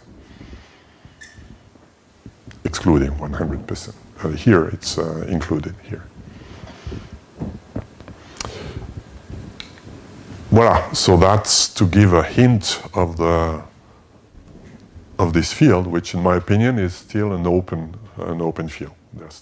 We still don't know what is the best. If we take an arbitrary network, FIFO, with a scheduler like we have in TSN, and we have methods. I've tried to give an intuition for some of them for computing delay bounds. They work when they work. If they don't work, we don't know whether they don't work because the methods are suboptimal or whether truly there is no bound that exists for this topology. That's the state of the art today. Except if it's feed-forward. If it's feed-forward, all those methods work. At least we know the stability condition. And interestingly, many of the networks that we have seen in practice have been crafted to be feed-forward. Right? This is what we saw in Lucy's experiment. So that's a way to avoid the problem here. Okay, we jump to another topic, which is shapers. It's an important, but perhaps a bit more difficult, so I will, there's one or two subtleties. Let's start with the simple things. So, simple fluid shapers. A shaper is by definition something that takes an input traffic and possibly delays the bit such that the output satisfies a prescribed arrival curve alpha. Any system like that is a shaper. And an optimal shaper or a greedy shaper is one that does it by delaying the bits as little as possible. Of course, if you delay the bits forever, the output is 0, you will satisfy any constraint, but that's not very interesting. For example, the constant bit rate server, or the constant bit rate link, is a fluid greedy shaper for the arrival curve alpha t is CT. Right? If you take a line that can pump CT bits per t interval of time, and if you just do a queuing system that as soon as a packet arrives, delivers it at exactly the speed of the line, you're exactly doing, obviously, the optimal shaper for this line here, for this function here. What we will do is we will analyze in general what is the input-output representation of a shaper. So, saying that a system is a shaper is saying two things. First, it derives from the input by storing them, by possibly delaying some of the bits. So the causality relation simply says this, that we have for any input-output system. And second, we want that the output has alpha of the arrival curve, so we have those two constraints here. Now let's do a little excursion by something that looks complex, but as you will see is very simple, but it's very powerful, that we find everywhere in network calculus, even though most of the time it's implicit. It has a name in, some people have studied min plus and max plus and min max. I said min and max don't marry well. Marriages with 3 people are usually not very successful, so min and max do marry well, min and plus do also, but min, max, plus do not. So they have studied all those things here in this book. It's called Synchronization and Linearity. And in general, we have a result of this kind here. So I consider the set of wide sense increasing functions, that are the functions with which we work always in network calculus. And I consider a mapping, so pi is some arbitrary mapping from G to G, and I look at the constraints. A function x satisfies the constraint p if x of t is less than the mapped function at time t for every time t, and x is less than some pre-specified fixed function g. So I look at all the function x that satisfy this. Okay, it's an abstract problem. In general, that's putting a constraint on x. Well, in general, for such a problem, you don't expect that there is a maximum function x. Perhaps if you fix a time t0, you can certainly solve the optimization problem, find the function x that satisfies the constraint, such that x of t0 is maximum. This would be an optimization problem. Well, linear or nonlinear, I don't know, but there's a hope that you can solve it, at least heuristically. But there's little hope in general that you find a function x such that for every t, x of t is larger than or equal to the x of t of any other function that satisfies the constraint. However, in this setting, there is one maximal solution. So if the operator pi satisfies some mild operation, that's what we'll explain here, there is one maximal solution to this. And it's given by iterations. So you start the function x, you take a first guess the function g. In general, g will not be equal, will not satisfy that. So you iterate. You take x1 is pi of g, x2 is pi of g, etc. You obtain a sequence of functions, and you take the inf of that, inf over the index n. Right. So x star of t is the inf of x0 of t, x1 of t, x2 of t, etc. Then if pi satisfies two simple conditions, first pi is monotonous. In this context, for some reason, we call isotone. Isotone because it's monotone with respect to an argument which is itself a function. So otherwise, if x is increased to y, remember this is a function of t, then the transformation of pi should be, the transformation pi applied to those two functions should preserve the order. Many things we have are of that nature. And the second thing is upper semi-continuous. That means when we take the inf and apply the operator is the same as reversing the order. Applying the operator first and taking the order here. This will, in general, not be true for any arbitrary thing, but it will be true for operators that are combination of inf and plus, for example. If you take only inf and plus and min plus convolution, the inf and the plus, they marry well, so this will be true. If you take a max and plus operator, this might not be true. Might, but might not be true either. So we have here a class of results where there is a hope to find a maximum solution. And even more than that, we have a constructive method to find the maximum solution by iteration here. So in some sense, it's a fixed point theorem, quasi. Let's apply this to this here. If I look at the problem, I look at all the r prime. So x is now r prime. I look at all the possible shapers. And those are all the things that satisfy this set of inequalities. So this is my g, this is my x, and this is my operator. The operator is something that takes a function x, or r prime, and transforms it into the min plus convolution with alpha. Then I can iterate. If I iterate, I start with r, then I compute r min plus convolution alpha, then I apply it twice, so I'll take the min plus convolution of alpha, alpha 2, alpha 3, which is the same as taking the min plus convolution of r with the min subadditive closure of alpha. So if alpha is equal to its subadditive closure, which we can always do, this is saying that the result of this iteration is equal to r min plus convolution alpha. So to make a long story short, if I look at all the possible shapers, there is one that has a maximal solution, and this maximal solution is given by this here. So that means there exists an optimal shaper, which is not so surprising per se. So if you delay the bits as little as possible such that the output arrival curve is satisfied, there is one way to do that. We don't say how to do it packet per packet, but we know at least a mathematical representation of the output of what you obtain if you do that. The output is equal to the input min plus convolution alpha. So that's a theorem on fluid. Here it's fluid because I didn't care about packets. And in particular, if alpha is CT, for example, clearly this will not be packetized here. As a side effect, you see that the output is equal to this, which means it is larger than or equal to this here. So the greedy shaper has a service curve alpha, which can be used to compute maximum delay or backlog bounds. So here's an example. Same example as before. Have a burst of 10 packets and assume I want to force a leaky bucket arrival curve with 1, 2, 3, 4, B equal to 4 packets, and a rate which is given by the slope here. Here is the output of my thing here, which also gives us a physical interpretation of the mean plus convolution, right? This is the mean plus convolution of an impulse with the function given by here, RT plus B, which is also easy to find because this is also equal to B plus the mean plus convolution with RT. RT is the function that has a constant rate R, so this is pouring out the data at a constant rate, and I add B here.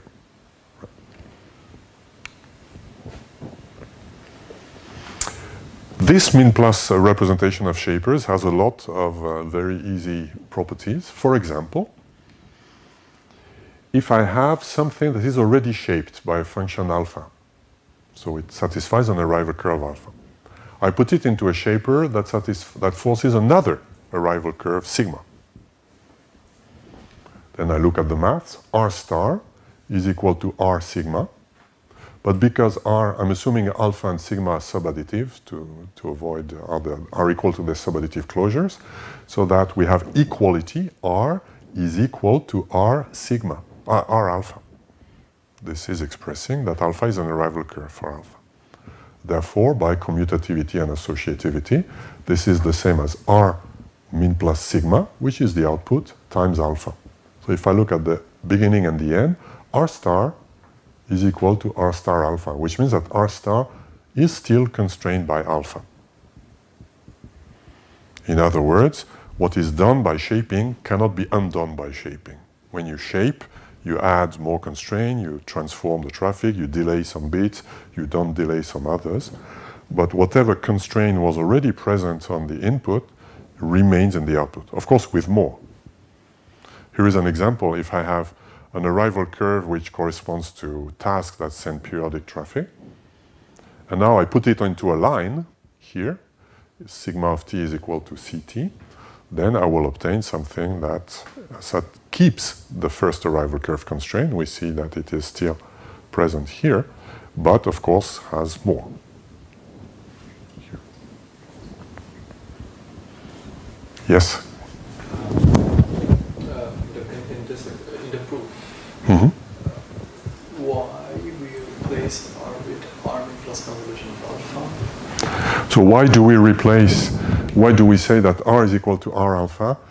This is a property that is true if alpha is equal to its subadditive closure, or in fact it's sufficient to say if alpha of 0 is equal to 0.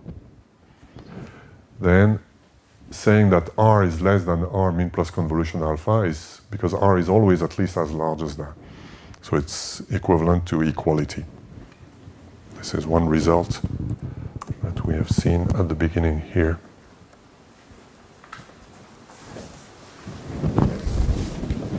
When alpha of 0 is equal to 0, alpha is an arrival curve for R if and only if we have equality here. So that is... is alpha 0 equals to 0 sufficient? Or yes. Shouldn't it be subadditive as well? No. It helps for other things, but all we need is alpha of 0 equals 0. Because when you'll take the mean on the mean plus convolution, there will be R of t. Okay. So R mean plus convolution alpha is always less than R of t. Right, so R of t is larger always. So if we impose that it's smaller, then it means it's equal. Okay, so that's the first property of fluid greedy shapers, right? Which is, and a practical application is this one here, which very often in many examples, I think all the computations done by Lucy, Mark, Alem, uses that property, which the software, and that our software tools exploit that, and that has a dramatic impact on the delay bounds here. Another property is this one. If I have, this one has been known and has been exploited in the in-serve context. If I have a network node that has a service curve beta 1, then at the output, we might have degraded the burstiness here. It usually gets worse. That's the symptom I call the class at a museum. You visit a museum with a class of children, so you have 10 different rooms to visit. If you don't do reshaping at every hop, you will have large variability. So because the children, of course, some will rush to the next room, some will wait a long time. So you will have at every hop more and more variability. So you will have a very random situation at the end.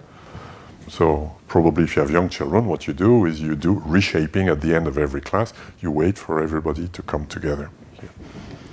So here, and this has been proposed and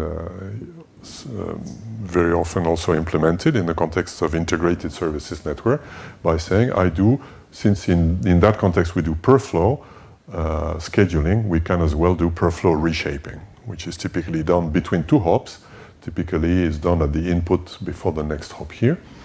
I reshape to alpha or something that is less strict than alpha. Alpha is, for example, an arrival curve that captures the leaky bucket constraint, but perhaps also the line rate at which this is arriving. So typically here we would capture only the leaky bucket constraint because the information of the light rate might not be available here. If I do this, then I introduce a shaper here. A shaper is a queuing system, so there is some delay. And again, the question is, what is the impact of this delay here? Well, the end-to-end delay. And of course, the answer is there is no impact. The same end-to-end delay bound is true with or without shaper. Now you could say, then why put a shaper?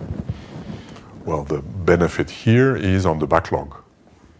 When you are in the next node here, the burstiness does not increase over the hops. So the backlog, when you go to 10, 20 hops at the last hop, the backlog is always the same as in the first hop. So that was the motivation. It may be interesting to look at the proof. Here is one way to look at the proof. H is the operator that computes the horizontal deviation between two curves. So what is a worst case delay bound provided by network calculus? Well, I take the concatenation of the service curves of everything. So here there's beta 1, here there's sigma, a service curve, and here there's beta 2. So here is a worst case delay bound provided by network calculus. Then I shuffle things by using the properties of mean plus convolution. And then I can reinterpret that by saying, well, this is also a delay bound I obtain if the shaper is put here at the beginning. But if the shaper is put here because the traffic is constrained by alpha, it doesn't delay the traffic here. So you can delete it, it will give the same delay bound here. This is not really a proof. We need to prove that this is equal to that. We know this is an upper bound on the delay here, but is it the worst upper bound? This is less clear. But yes, this is true. So that's the main, and the interpretation is the one I give. So reshaping traffic is for free in terms of delays, but reduces downstream buffering. This is one first property of shaper, but we will see that this is a constant property that we will find in other contexts. Even stronger properties can be expressed here. Here is a slight variant of that. Here, before I was talking of the network calculus delay bound, which is a delay bound. Now let's talk of the worst case delay bound. Now what is the worst case delay bound? We don't know what it is in general. Sometimes we can compute, for example, a system here might be a FIFO system where there are many flows, and I'm zooming on one flow of interest, alpha. So there exists a worst case delay D. If the system is feed forward, for example, I can compute it with Anbouillard's method, whatever it is. And then I add a shaper after that reshapes the traffic to its original curve. Then, same result. This will not increase the worst case delay bound. Here is one proof, an algebraic proof. The saying that the output here has a worst case delay d, or has a delay bound d, is the same as saying that this system offers a service curve equal to delta d. This is one of the examples of service curve I gave at the beginning. So it means that R star here is larger than R min plus convolution delta d. But now R prime is equal to R star min plus convolution alpha, if alpha is subadditive now. Right. Therefore, I put all the things together. R prime, which is larger than R, here I replace R by this, R delta, yes, R star, which is, I replace R star by this here. I obtain that R prime is larger than that, and which is larger than R alpha, but R alpha is R, therefore R delta D here. So R prime is larger than R delta D, which means from here to there is a delay bound also D. So any delay bound that is valid here is also valid there. So if I take the inf of all the delay bounds, I obtain the worst case delay, which is also valid here. That's the algebraic proof. But there's another proof that might be more useful in another context. I give exactly, so I'm not proving anything new here, I'm just playing with proofs. Right? But why? Well, because this proof can perhaps give insight and ideas for other things.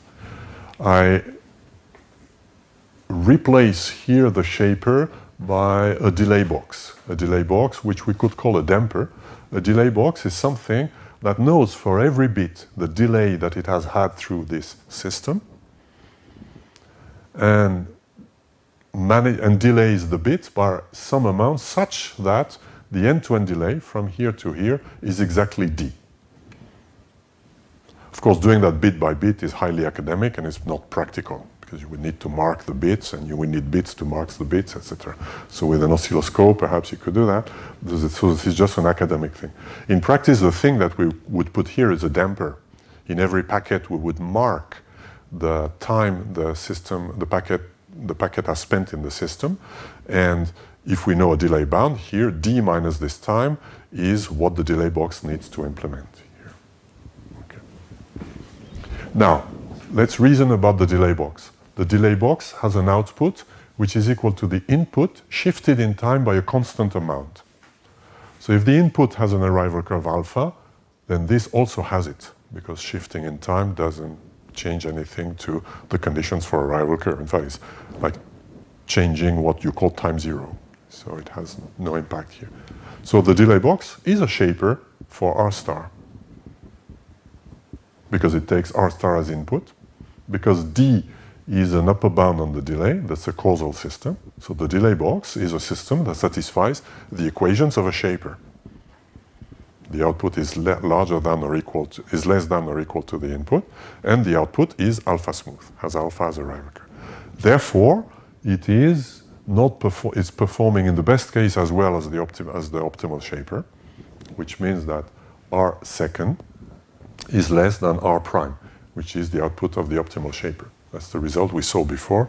When we do the min plus convolution, we obtain something that majorizes any other shaper, which means that R prime is less than R of t minus d, which means that the delay here is less than d here.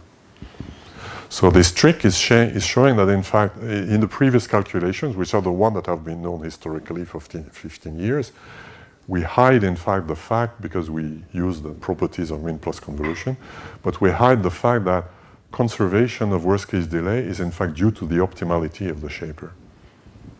The only argument I've used here is that this shaper is optimal. For any other shaper, this is earlier than or at the same time or any other shaper. That's the only property we've used.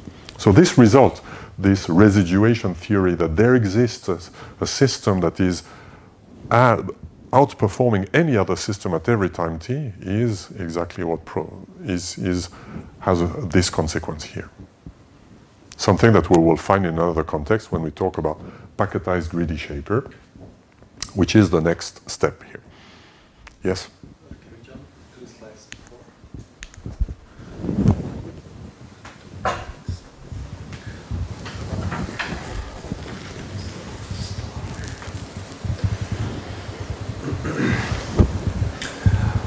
Well, we have R plus convolution of delta D.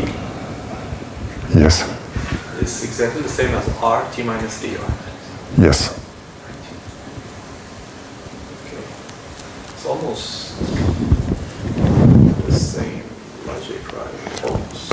Of course, once you know the proof, you can interpret one as the other. But I'm just saying this is a proof that uses the algebraic representation of the shaper and of the delay, and uses mean plus convolution, and then manipulates everything, and then it comes without having to reason. You just do the operations. You think.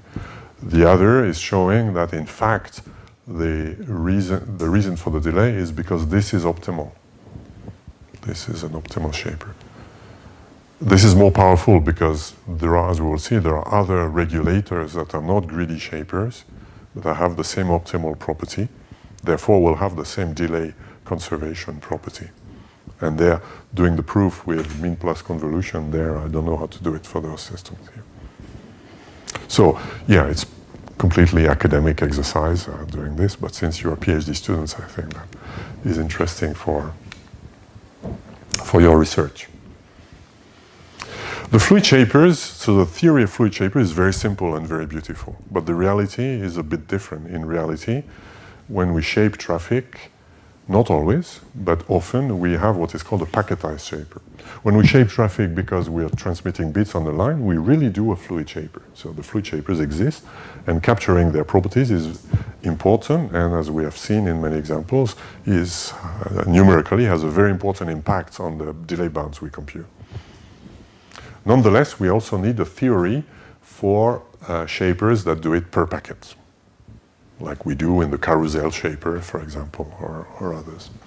So a packetized shaper is similar as before, except we add the constraint that the output is per packet here. Right. So we can use the same approach. What qualifies something to be a shaper, a packetized shaper? Well, those two equations as before, saying the output is having alpha as a rival curve, and it is packetized. So packetized means equality, but since the reverse inequality is always true, all we need is equality in one direction. Here.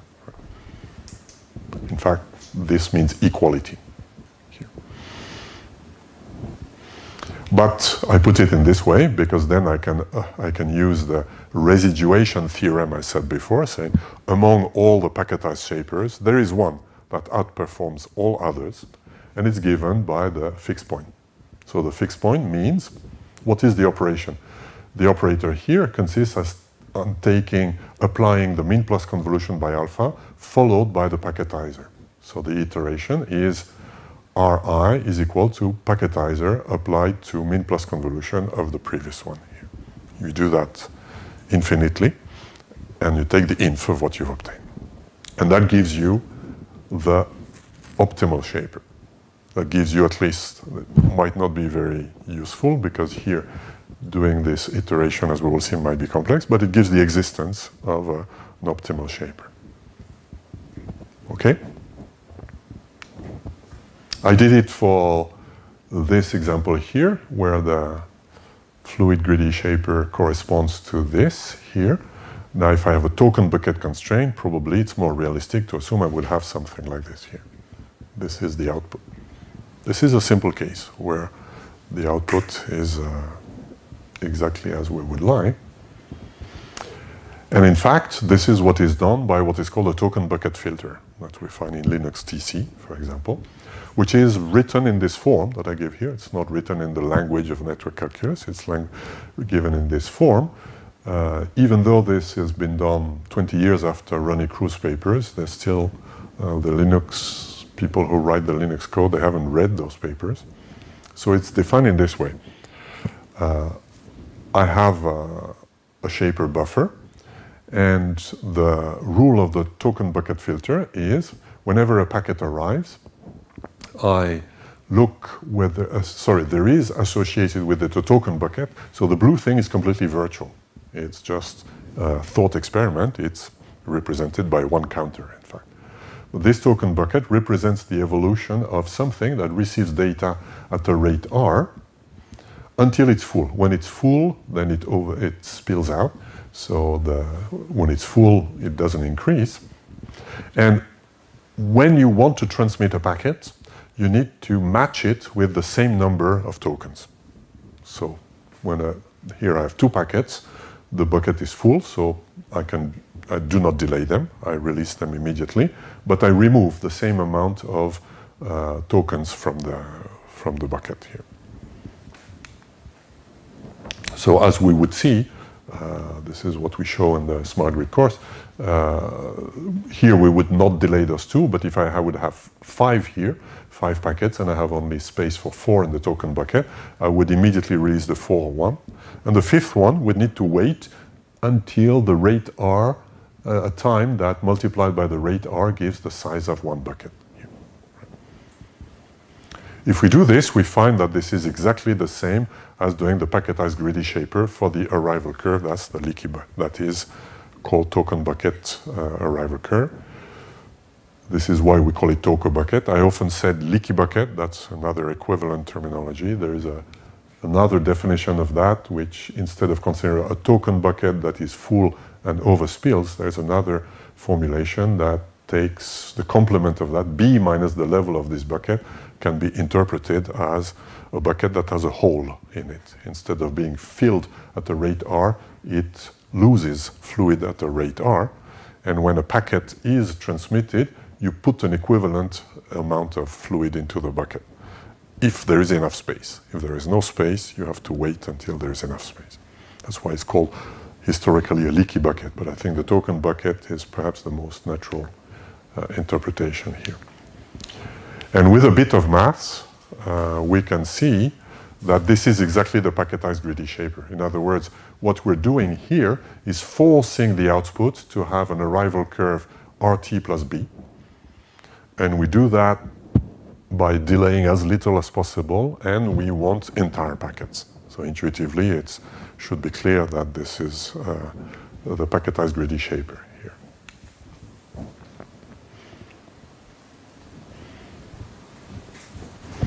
In fact, what is the packetized greedy shaper? In the example I've shown, this one, I said simply, here is the fluid shaper, then I packetize here. Right. In this specific example, this is true. So one way to implement the packetized greedy shaper is to take the fluid shaper and follow it by a packetizer. But this is true only for some arrival curve alpha.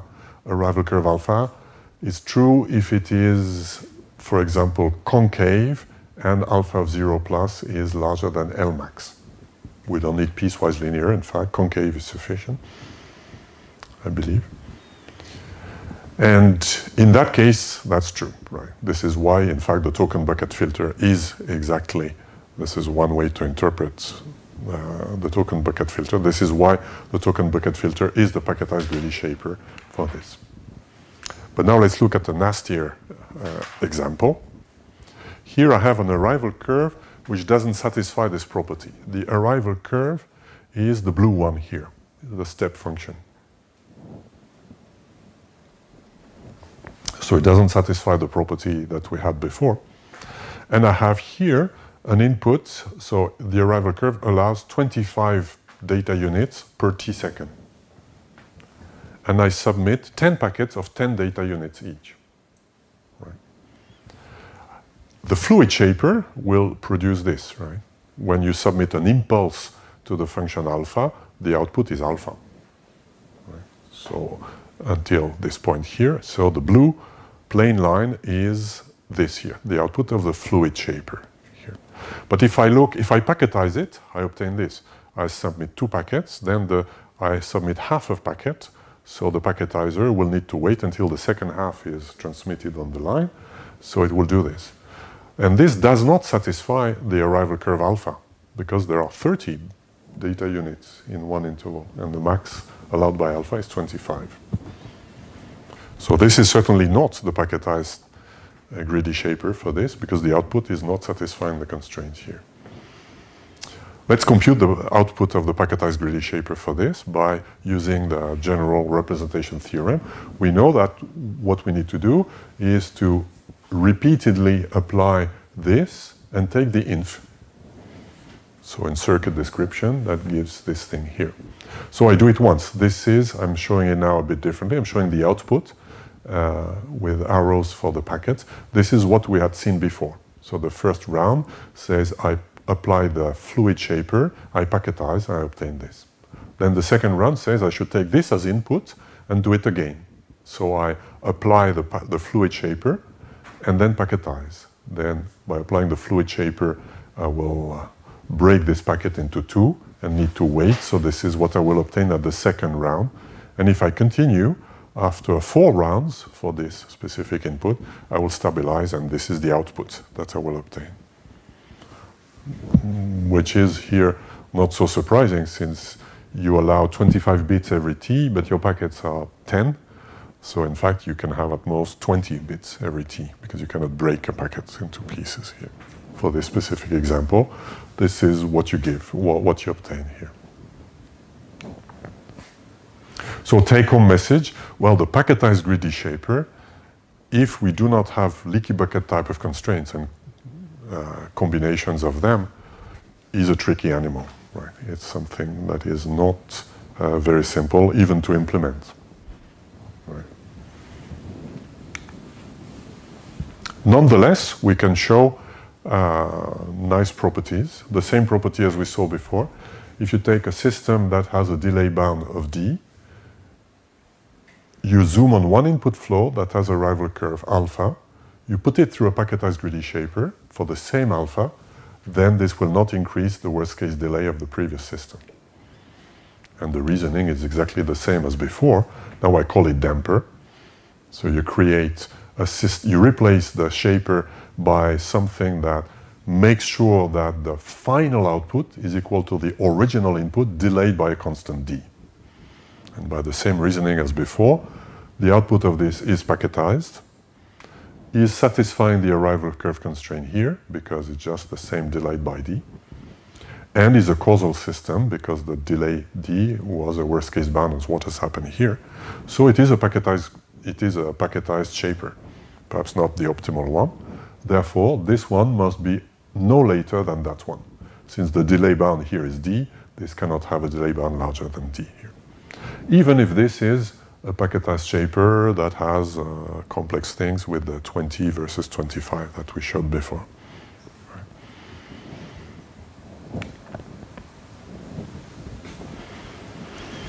Now, reshaping has been used a lot in the 90s, a bit forgotten since then. But here is an example. It's obvious, completely obvious, but important. Sometimes the most important things are not the most difficult ones. If I take the same ring as I had before, and I put a per flow shaper at every hop, then of course I know that the delay bound will not be increased here, but I will have the benefit that the flow, the output here will have the same burstiness as the input here.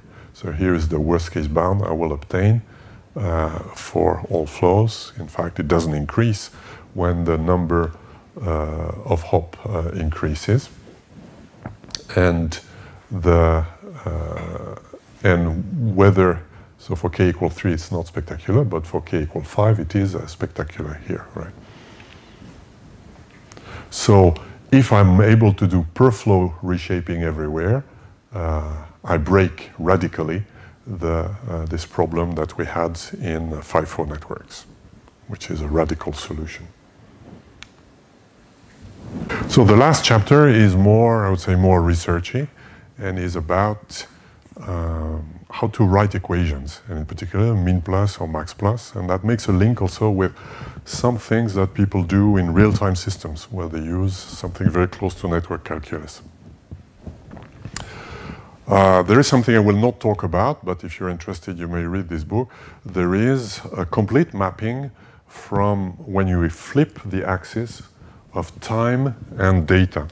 Remember here, when the basic objects of network calculus are functions like this. So R is a function of time. Now you could do the inverse. You could take a function that says, how much time do I need to wait until I see X bits on this flow? Which is in some sense the inverse of this function. So, which means flipping the axis. And you can do an entire network calculus theory. You would have different concepts of arrival curve, but equivalent, and also service curves, and they will replace min plus by max plus. So this has been entirely explored by Jörg Lieberherr in this monography. And an interesting thing is that the mapping is done by the lower and upper pseudo-inverse here. The pseudo-inverse are when you are explained here. If you have a function, if you flip the x and y axis, you obtain another function, but you have an embarrassing thing. When the thing was flat here, then that gives an uncertainty of where you should set the point here. Right. If you put above, you obtain the upper pseudo-inverse. If you put it below, you obtain the lower pseudo-inverse here, which is given by this arrow going down or going up here. And if you map the arrival curve you flip by mapping it in one way, by taking the lower pseudo-inverse, you obtain a theory that's entirely consistent. So if you're interested, you can explore that. I will not explore it. That was addressing the question, why do we do it in min plus? Could we do it in max plus? And the answer is, well, we can do either way. However, there is another calculus that has been done by Cheng's book that came out at about the same time as our book, but has been perhaps less successful because it's harder to read. But it has introduced in one of these chapters, he has introduced the same concepts of the one I've presented so far, for most of them. But he has introduced also a max plus representation of network calculus, which is not like Lieberherr considering this, you flip the axis, but you really zoom on those representations with daters, which he calls a marked point process. In performance evaluation in Palm calculus, where we use that concept of marked point process, so he uses that terminology, which I think is more usually called daters. And then you can do things like you can define a kind of operations that looks a bit like a convolution, but is a bit more tricky to use.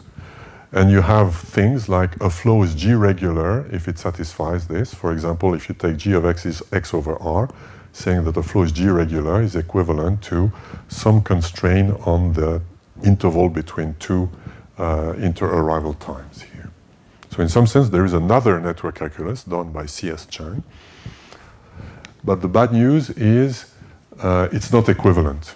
So those concepts, they can be useful. For example, this constraint which is called by Johannes Specht LRQ.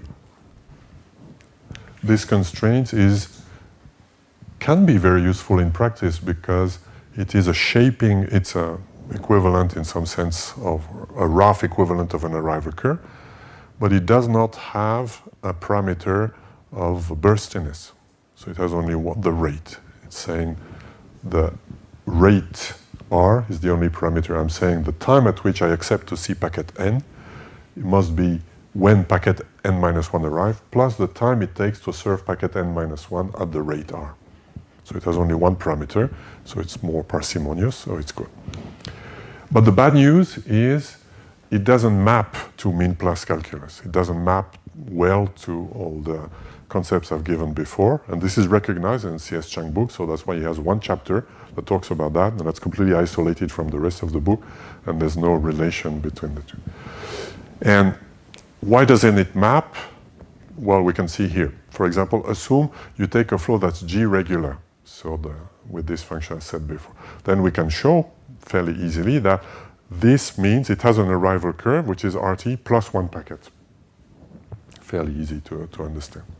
Conversely, if a flow has an arrival curve of the form RT plus B, then it means a G-regularity constraint, but with an offset, which is L minus the B here.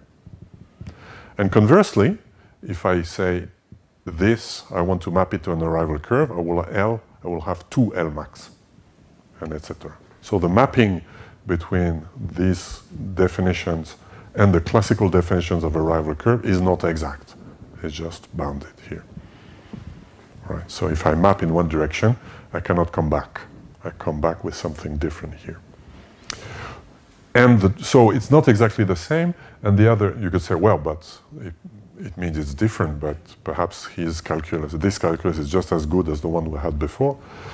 But in fact, it is not. And one of the reasons is it's very hard to do things like aggregation, for example. If you have two flows that satisfy this constraint and you superpose them, then you don't know what happens to the superposition. It doesn't have satisfy a G regularity exactly. Whereas for arrival curves, we know we superpose. The superposition of flow as an arrival curve, which is the sum of the arrival curves here. So the maths of this don't work well. So we'll not do it either. So there are two things I don't do. I'm not doing max plus calculus according to Lieber-Hare, which is just flipping the axis, or max plus calculus here, which is different in the sense that it uses max plus. But what I will claim is it's not so important whether we do min plus or max plus, because this has been proven by Lieber-Hare. It's just a change of axis. So there is a mapping between the two. So you choose whatever representation is easier for you. Here there is a difference which is more important than changing the axis.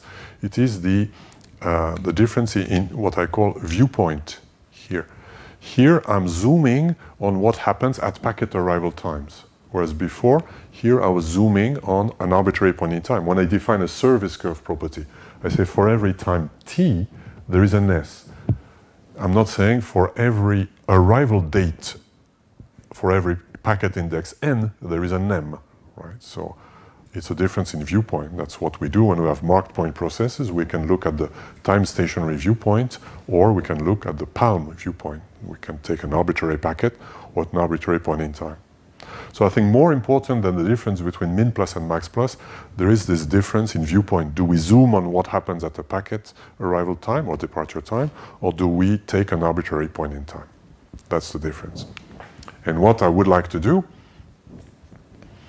is to express for the classical network calculus constructions, because those are the ones that over 20 years have proven to be more useful, more practical. Try to do the other viewpoint. Say, if we look at things at packet arrival time, what does it give? Is it possible to express? And in the work we are doing now, we're finding that there are examples where this is useful here. Here is a first result, for example, a recent result that we saw last year, saying that a flow has an arrival curve constraint alpha if the flow is packetized is equivalent to this condition. So an arrival curve is saying R of t minus R of s is less than alpha of t minus s. That's the description if I zoom on arbitrary t, arbitrary s. Now if I zoom on arbitrarily packets n and m, it means exactly this, an minus am, so the arrival time of packet n minus the arrival time of packet m, must be lower bounded by the lower pseudo-inverse of the arrival curve, applied to the integral of all the packet lengths between m and n. Here, right? And this is exactly equivalent. So this is my program of saying let's keep the traditional network calculus constructions, but let's express them from a different viewpoint, if it's possible here. And this is something that we use, for example, to find an improved delay bound for the paper we are writing now. Right? For example, if we have a leaky bucket constraint, the min plus here, the lower pseudo-inverse is simply that. So it looks like a leaky bucket rate latency function here. So for example, we can have definitions by arrival curves or by time instance. For example, we looked at just this one, saying that we have a leaky bucket arrival curve constraint is exactly equivalent to that. Saying that we have a Staircase arrival curve is also exactly equivalent to this here, which is because this red is the lower pseudo-inverse of that thing here, which is a spacing constraint on packets here. Right. So that may be useful.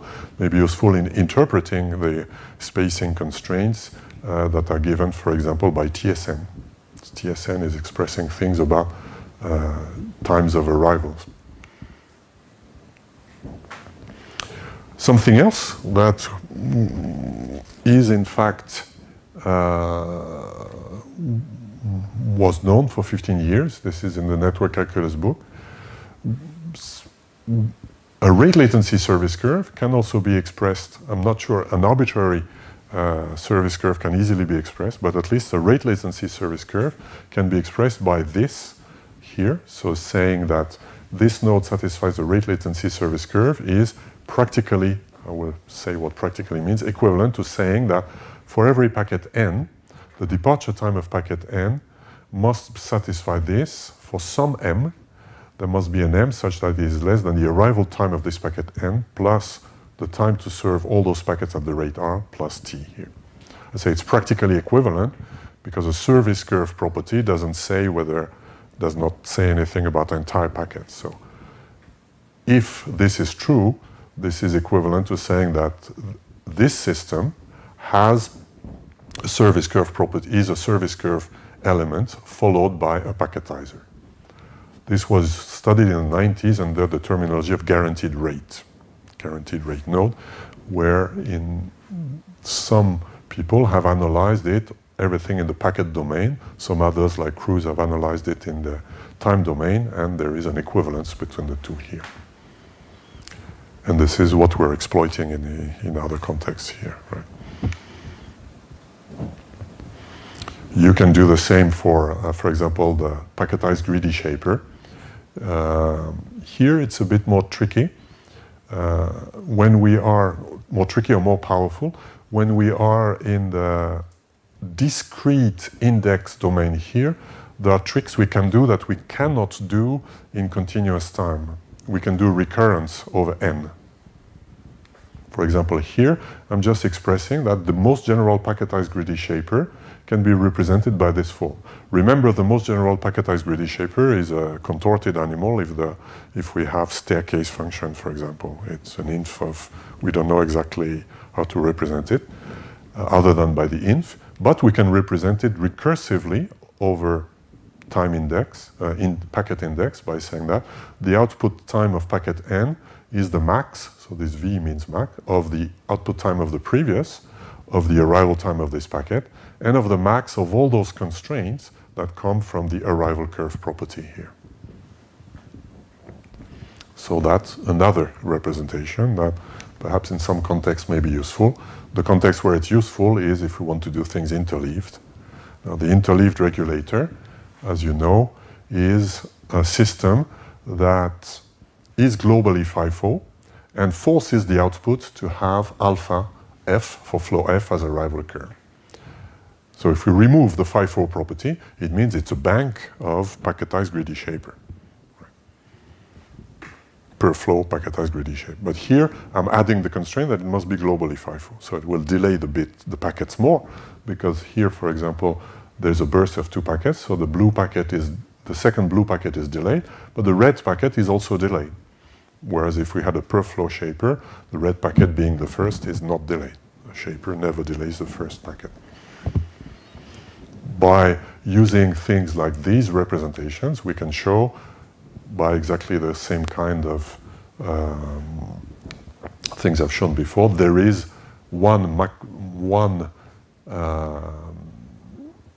optimal one, and it's given by something that has a very similar shape, which can be reinterpreted by an implementation by saying we can implement it by having one FIFO queue for all packets of all flows, examine the packet at the head of the queue and delay it until it's possible to send it without violating its arrival curve, and other packets wait until their turn comes here. In the original paper that I've presented, we can do it for things other than arrival curve constraints, but in the sake of simplicity, let's leave that alone. And as you know, this might sound familiar for some of you, the same worst case delay conservation property holds for interleaved shaping if we keep things FIFO. So if I have a FIFO system followed by an interleaved shaper, the worst case delay is not increased by exactly the same argument. I put a damper, and the damper will be an interleaved regulator, perhaps not the optimal one. Therefore, things cannot be improved here. I mentioned the other regulation constraints. Let me skip that. Although perhaps for Ludovic it might be interesting, because TSN has this ambiguity where TSN defines at the source the constraints per packet. So for example, this. We could define, Yuming Jiang has proposed to introduce this. We can define constraints on how many packets we see over a certain amount of time, regardless of their size. Right? So we're not counting how many bits are in the packets, but simply how many packets. We can do that in zillions of ways.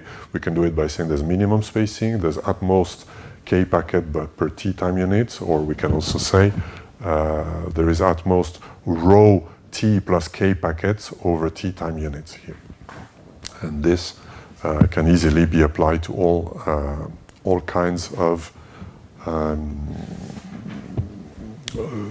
regulation. So all the results I've mentioned about the regulators apply here as well.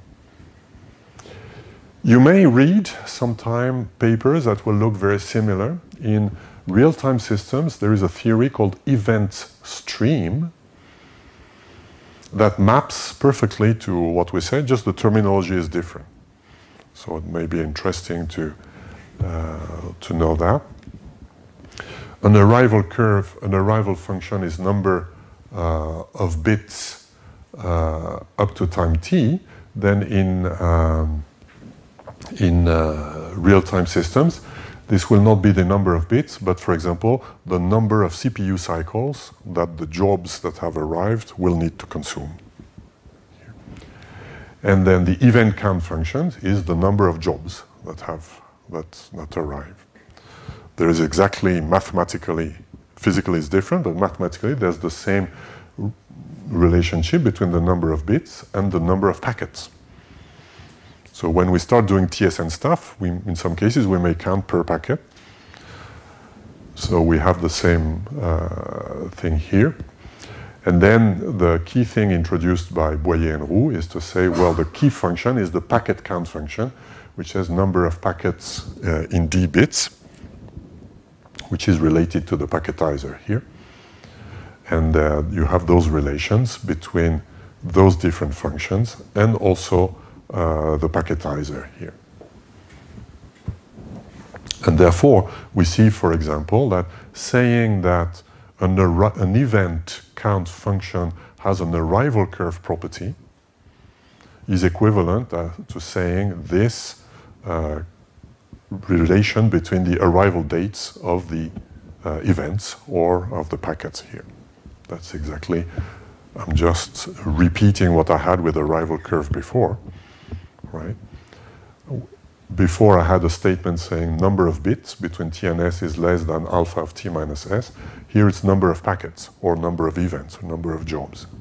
And this is exactly equivalent to this here. So that's a useful thing when, for example, we want to reason about superposing things. Sometimes this is more convenient for superposition. This is more convenient for delay analysis. Right. Voilà. I think that's all I'll say for today. I want to do a little advertisement for the page of Network Calculus, which I understand was mainly created and maintained by Marc Boyer. That is a very, very complete and very useful page that lists all the tools. So they're all the tools that are on the page today or 2 months ago. So it might be useful for us to explore some of those tools. One of the tools is WOPANET. That's the one done by Alem's team. Alem is the PhD advisor of Ludovic. There's another tool that is interesting. Deborah is one that uses for FIFO networks that I believe are feed-forward. Right?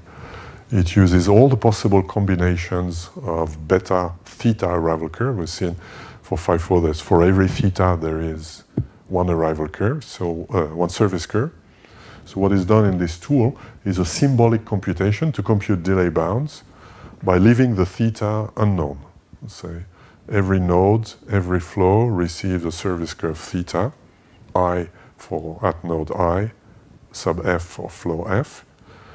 And then symbolically we can write, given the theta, what are the delay bounds we obtain, and then we optimize. we solve an optimization problem that says find the smallest of this value for all possible value of theta. So that's a very efficient way for feed-forward networks. Voilà. That's all for today.